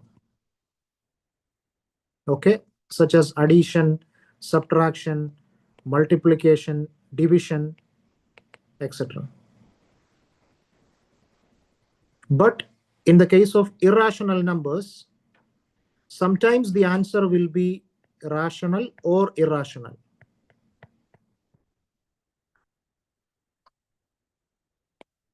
For example, yeah, see this.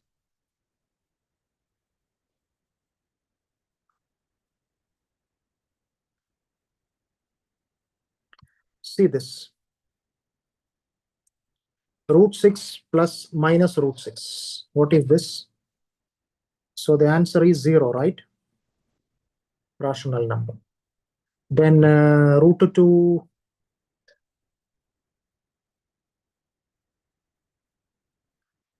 For example, this one. What is this one? Root 17 divided by root 17. 1, right? So this is again a rational number, right? See this. 2 plus root 3. So 2 plus root 3. 2 is rational and root 3 is irrational, right? So this one is irrational. So this answer is irrational. If you add rational plus irrational, it will be irrational. Then what about 2 into root 3? Rational multiplied with irrational. So again, this is an irrational number. Irrational number.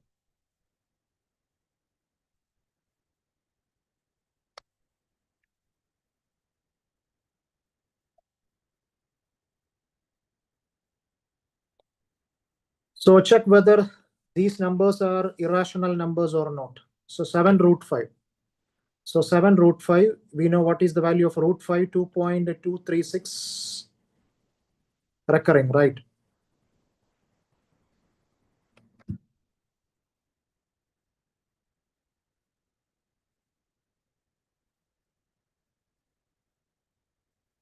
So 7 root 5 will be 15.652, etc.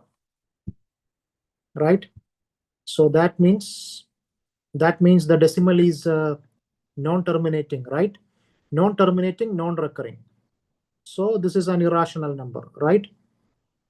So this is an irrational number. This is an irrational number. Then 7 by root 5. Again, this is non-terminating and non-recurring. Again, irrational number. Irrational number.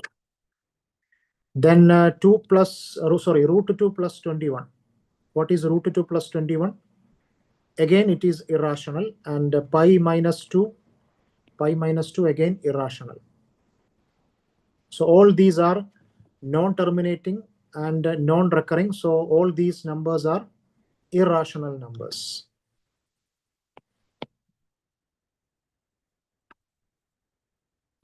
Okay, then try this example 13, addition. Just add these two numbers, okay, plus addition.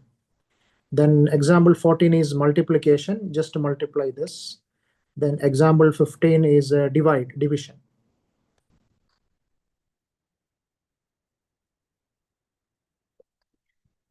So from this,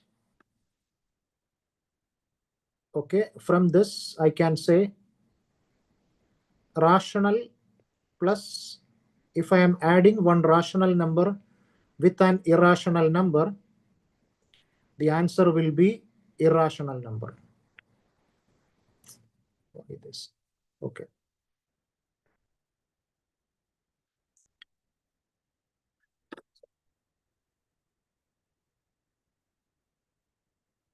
Then rule number 2 will be non-zero rational multiplied with irrational. Non-zero rational multiplied with irrational, it will be irrational.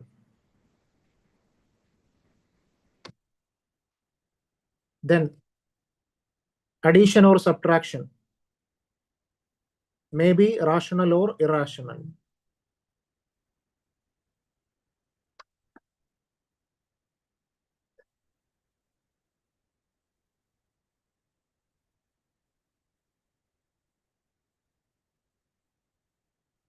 If we add, subtract, multiply, or divide two irrationals, the result may be rational or irrational.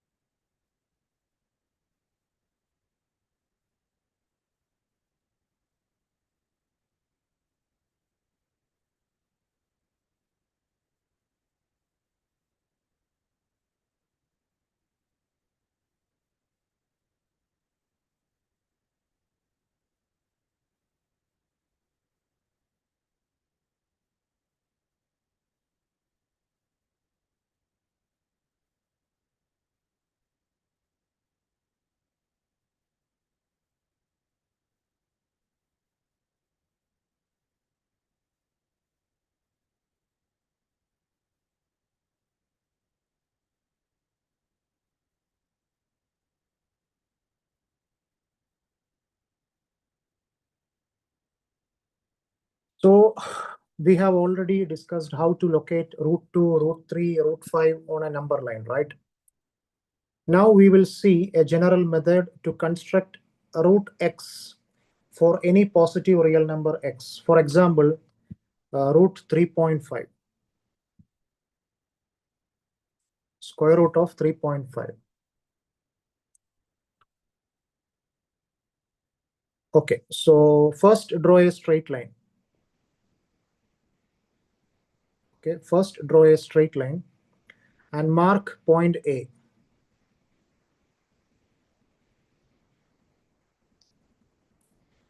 Then mark another point B such that this AB is equal to 3.5. This AB is equal to 3.5. Then from B, mark another point C, and BC is equal to 1 unit. BC is equal to 1 unit. Then next, find the midpoint of this AC. The midpoint of AC is point O. The midpoint of AC is point O. With O center, take radius OC, draw a semicircle. O center, OC radius, draw a semicircle.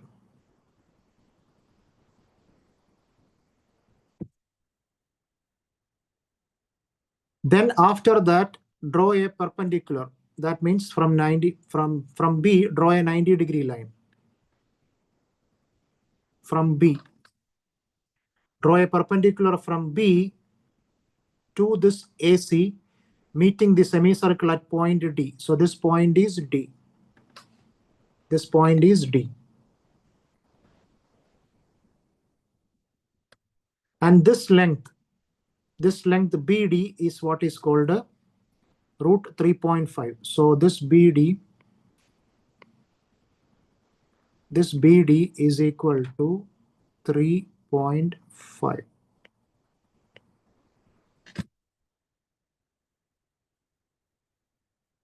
So like that, we can, for any positive real number x, the same method works for every positive real number.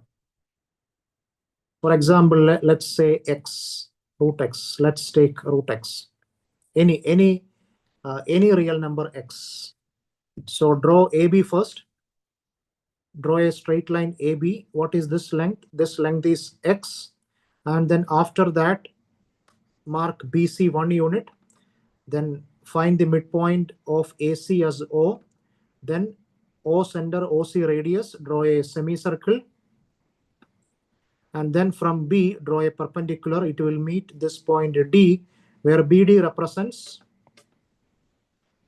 where BD is equal to root x.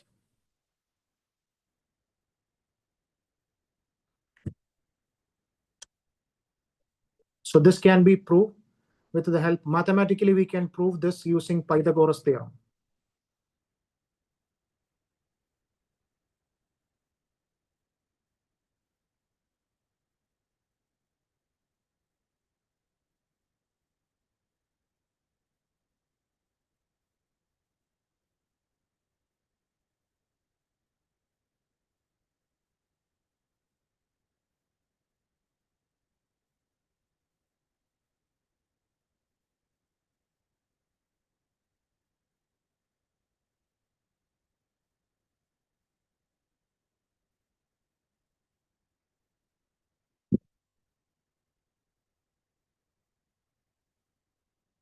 So draw an arc.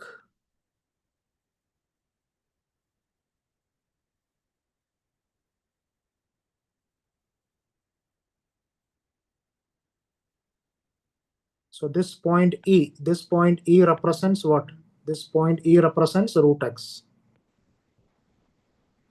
This point E represents root x.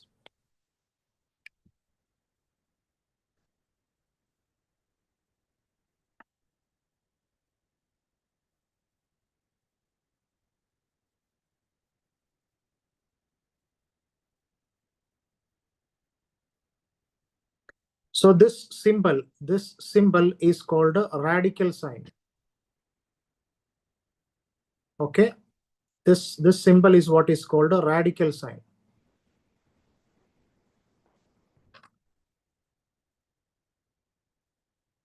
So in this section, we have discussed about how you can construct geometrically,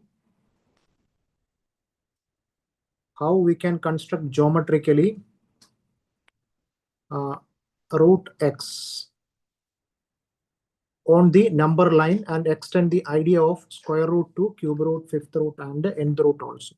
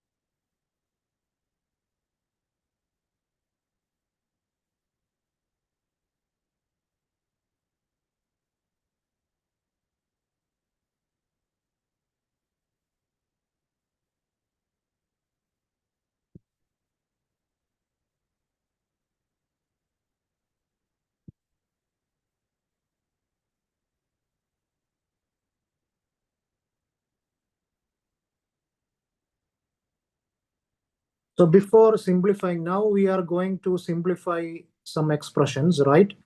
Now we are going to simplify some expressions. So before simplifying expressions, we need to remember some identities.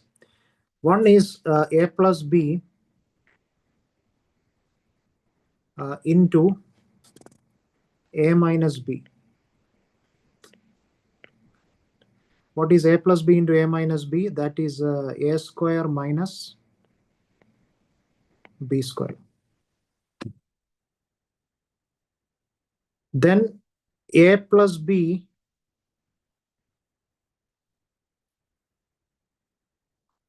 the whole square is equal to a square plus 2ab, a square plus 2ab plus b square.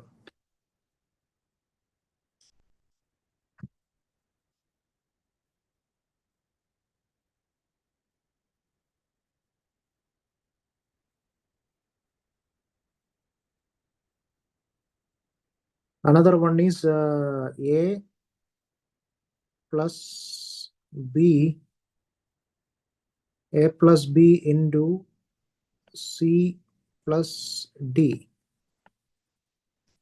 is equal to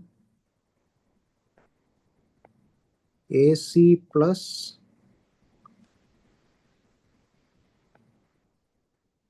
ad plus bc plus bd.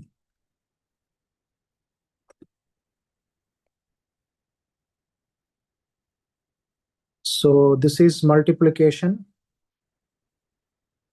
right?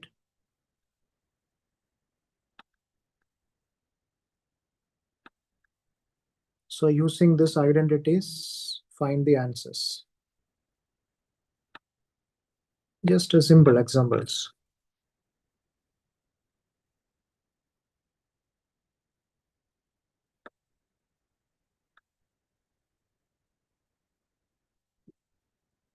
So the next one is called rationalize the denominator.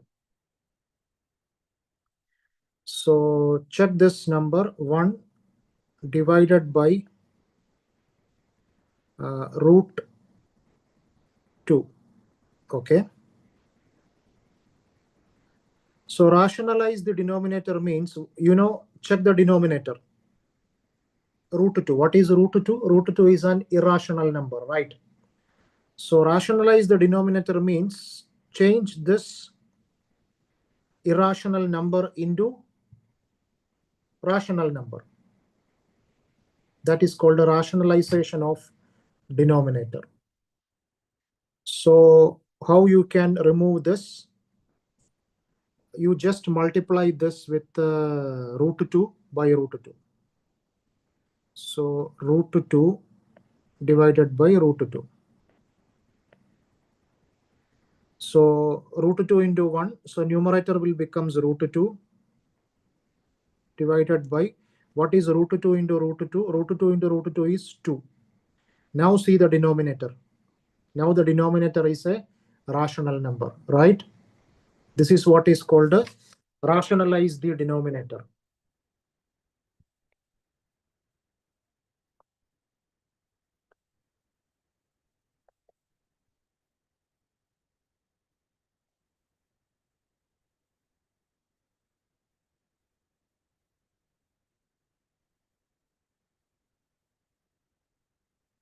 See this number, example 18.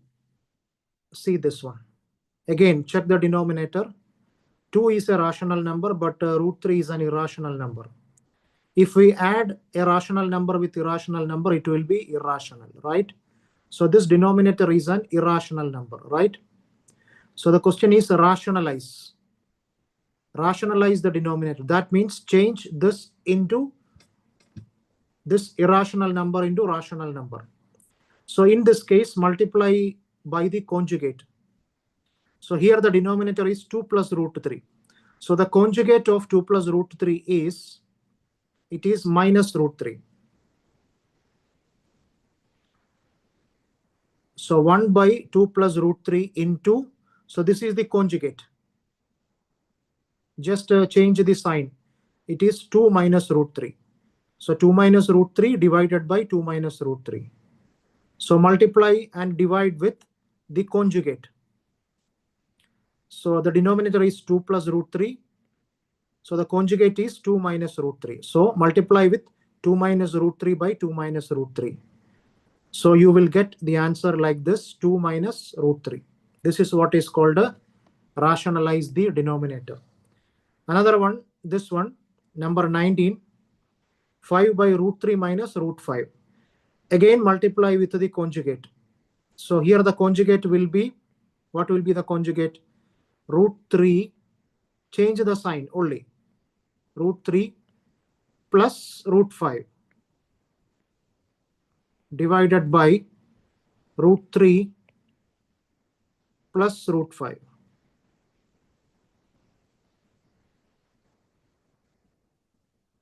Multiply with the conjugate.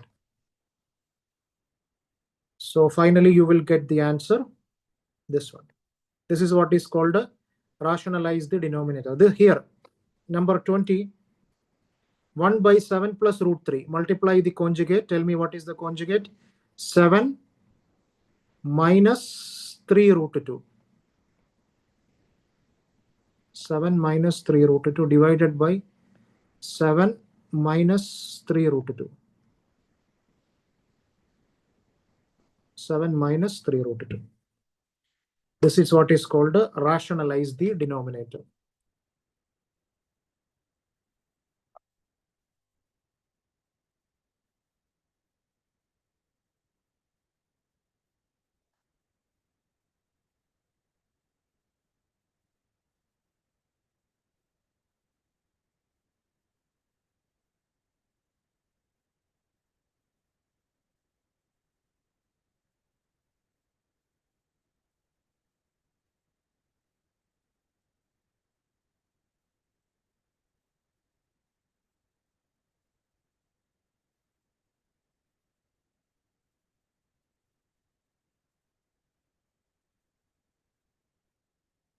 So next is laws of exponents.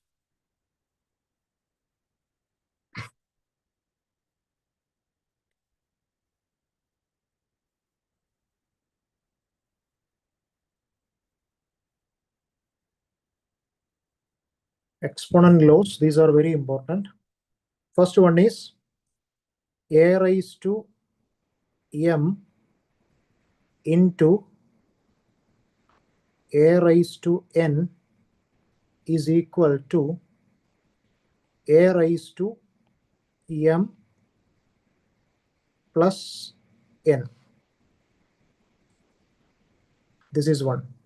Another one, a raised to m the whole raised to n equals a raised to m n. Then a raised to m divided by a raised to n is equal to a raised to m minus n. Another one, a raised to m into b raised to m is equal to a b raised to m.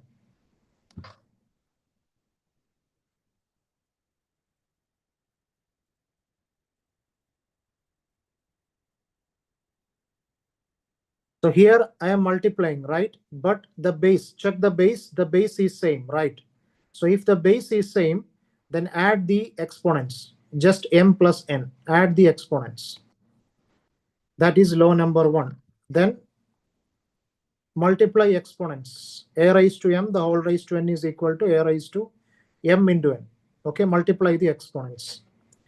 Then a raised to m divided by a raised to n is equal to a raised to m minus n. That means subtract the exponents. And a raised to m into b raised to m is equal to ab the whole raised to m. Another one is called a raised to 0 is equal to 1. A raised to 0, that is equal to 1. For example, let's say 5 raised to 0. What is 5 raised to 0? 5 raised to 0 is equal to 1. 5 raised to 0 is equal to 1. Then what is a raised to, I can write what is a raised to minus n. So a raised to minus n is equal to 1 divided by a raised to n, right?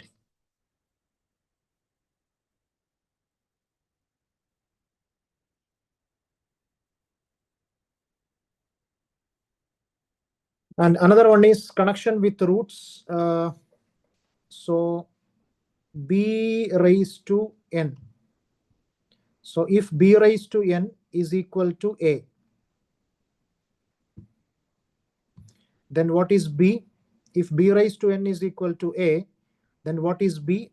B is equal to n root a. N root a.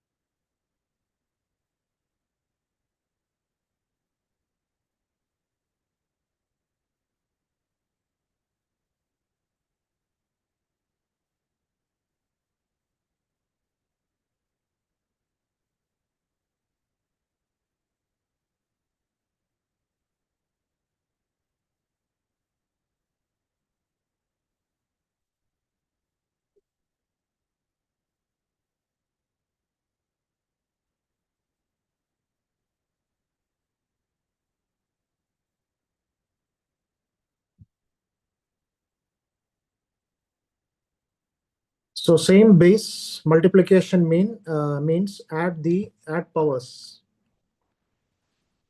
So power of a power means multiply powers, right? Power of a power means multiply powers.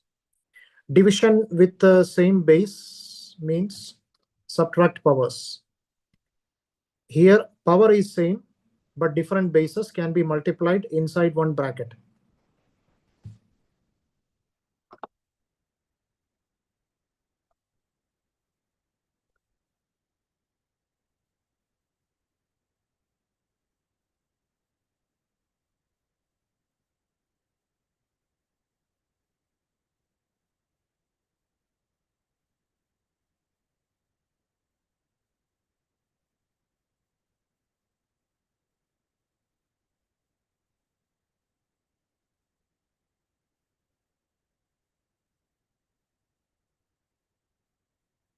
So let us conclude this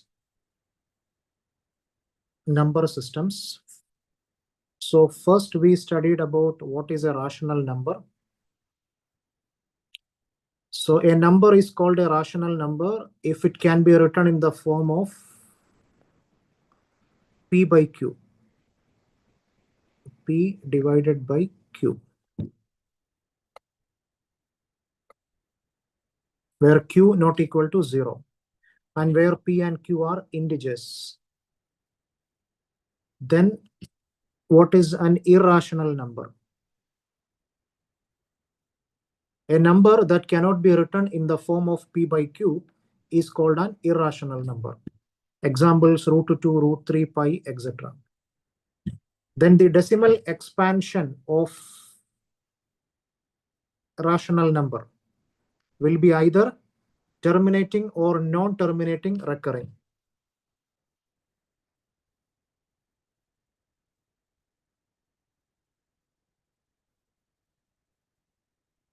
Moreover, a number with decimal expansion is terminating or non-terminating recurring. It will be a rational number. Then coming to irrational number, the decimal expansion of irrational number will be non-terminating, non-recurring. If a number whose decimal expansion is non-terminating, non-recurring, that is irrational. Then real numbers. Real numbers means rational numbers plus irrational numbers. All the rational and irrational numbers make up the collection of real numbers. Then coming to the number line and real numbers. So take the number line. Every real number R corresponds to a unique point on the number line. And every point on the number line represents exactly one real number. Then the different operations on rational and irrational numbers. If R is a rational number and S is an irrational number, then addition, subtraction, multiplication, and division are irrational numbers. Then the different identities, root of AB is equal to root of A into root of B. Root of A by B is equal to root of A divided by root of B. Then root of A plus B into root of A minus B is equal to A minus B. A plus root B into A minus root B equals A square minus B. Root A plus root B, the whole square, is equal to A plus 2 root AB plus B. Then rationalization of denominator. Multiply with the conjugate. Here the denominator is root A plus B. Then the conjugate will be change the sign, root A minus B. So multiply and divide. That is what is called a rationalization. Rationalize the denominator. Then the laws of exponents, a raised to p into a raised to q is equal to a raised to p plus q. a raised to p the whole raised to q is equal to a raised to pq, and a raised to p divided by a raised to q is equal to a raised to p minus q. A raised to p into b raised to p is equal to ab raised to p, because power is same.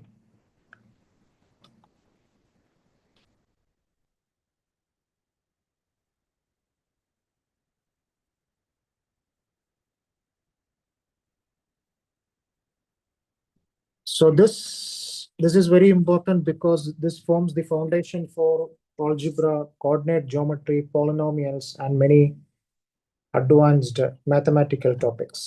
So the important points will be rational number, then irrational number. What is the difference between rational and irrational number? Then what do you mean by real number? Real number means it is the collection of rational and irrational number, right? And every real number has a unique position on the number line. That's why the number line is called a real number line. And remember the different identities to simplify the expression, right?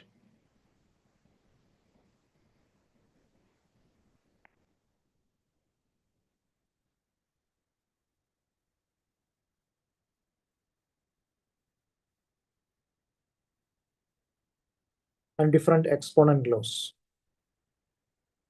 So that's all about this section.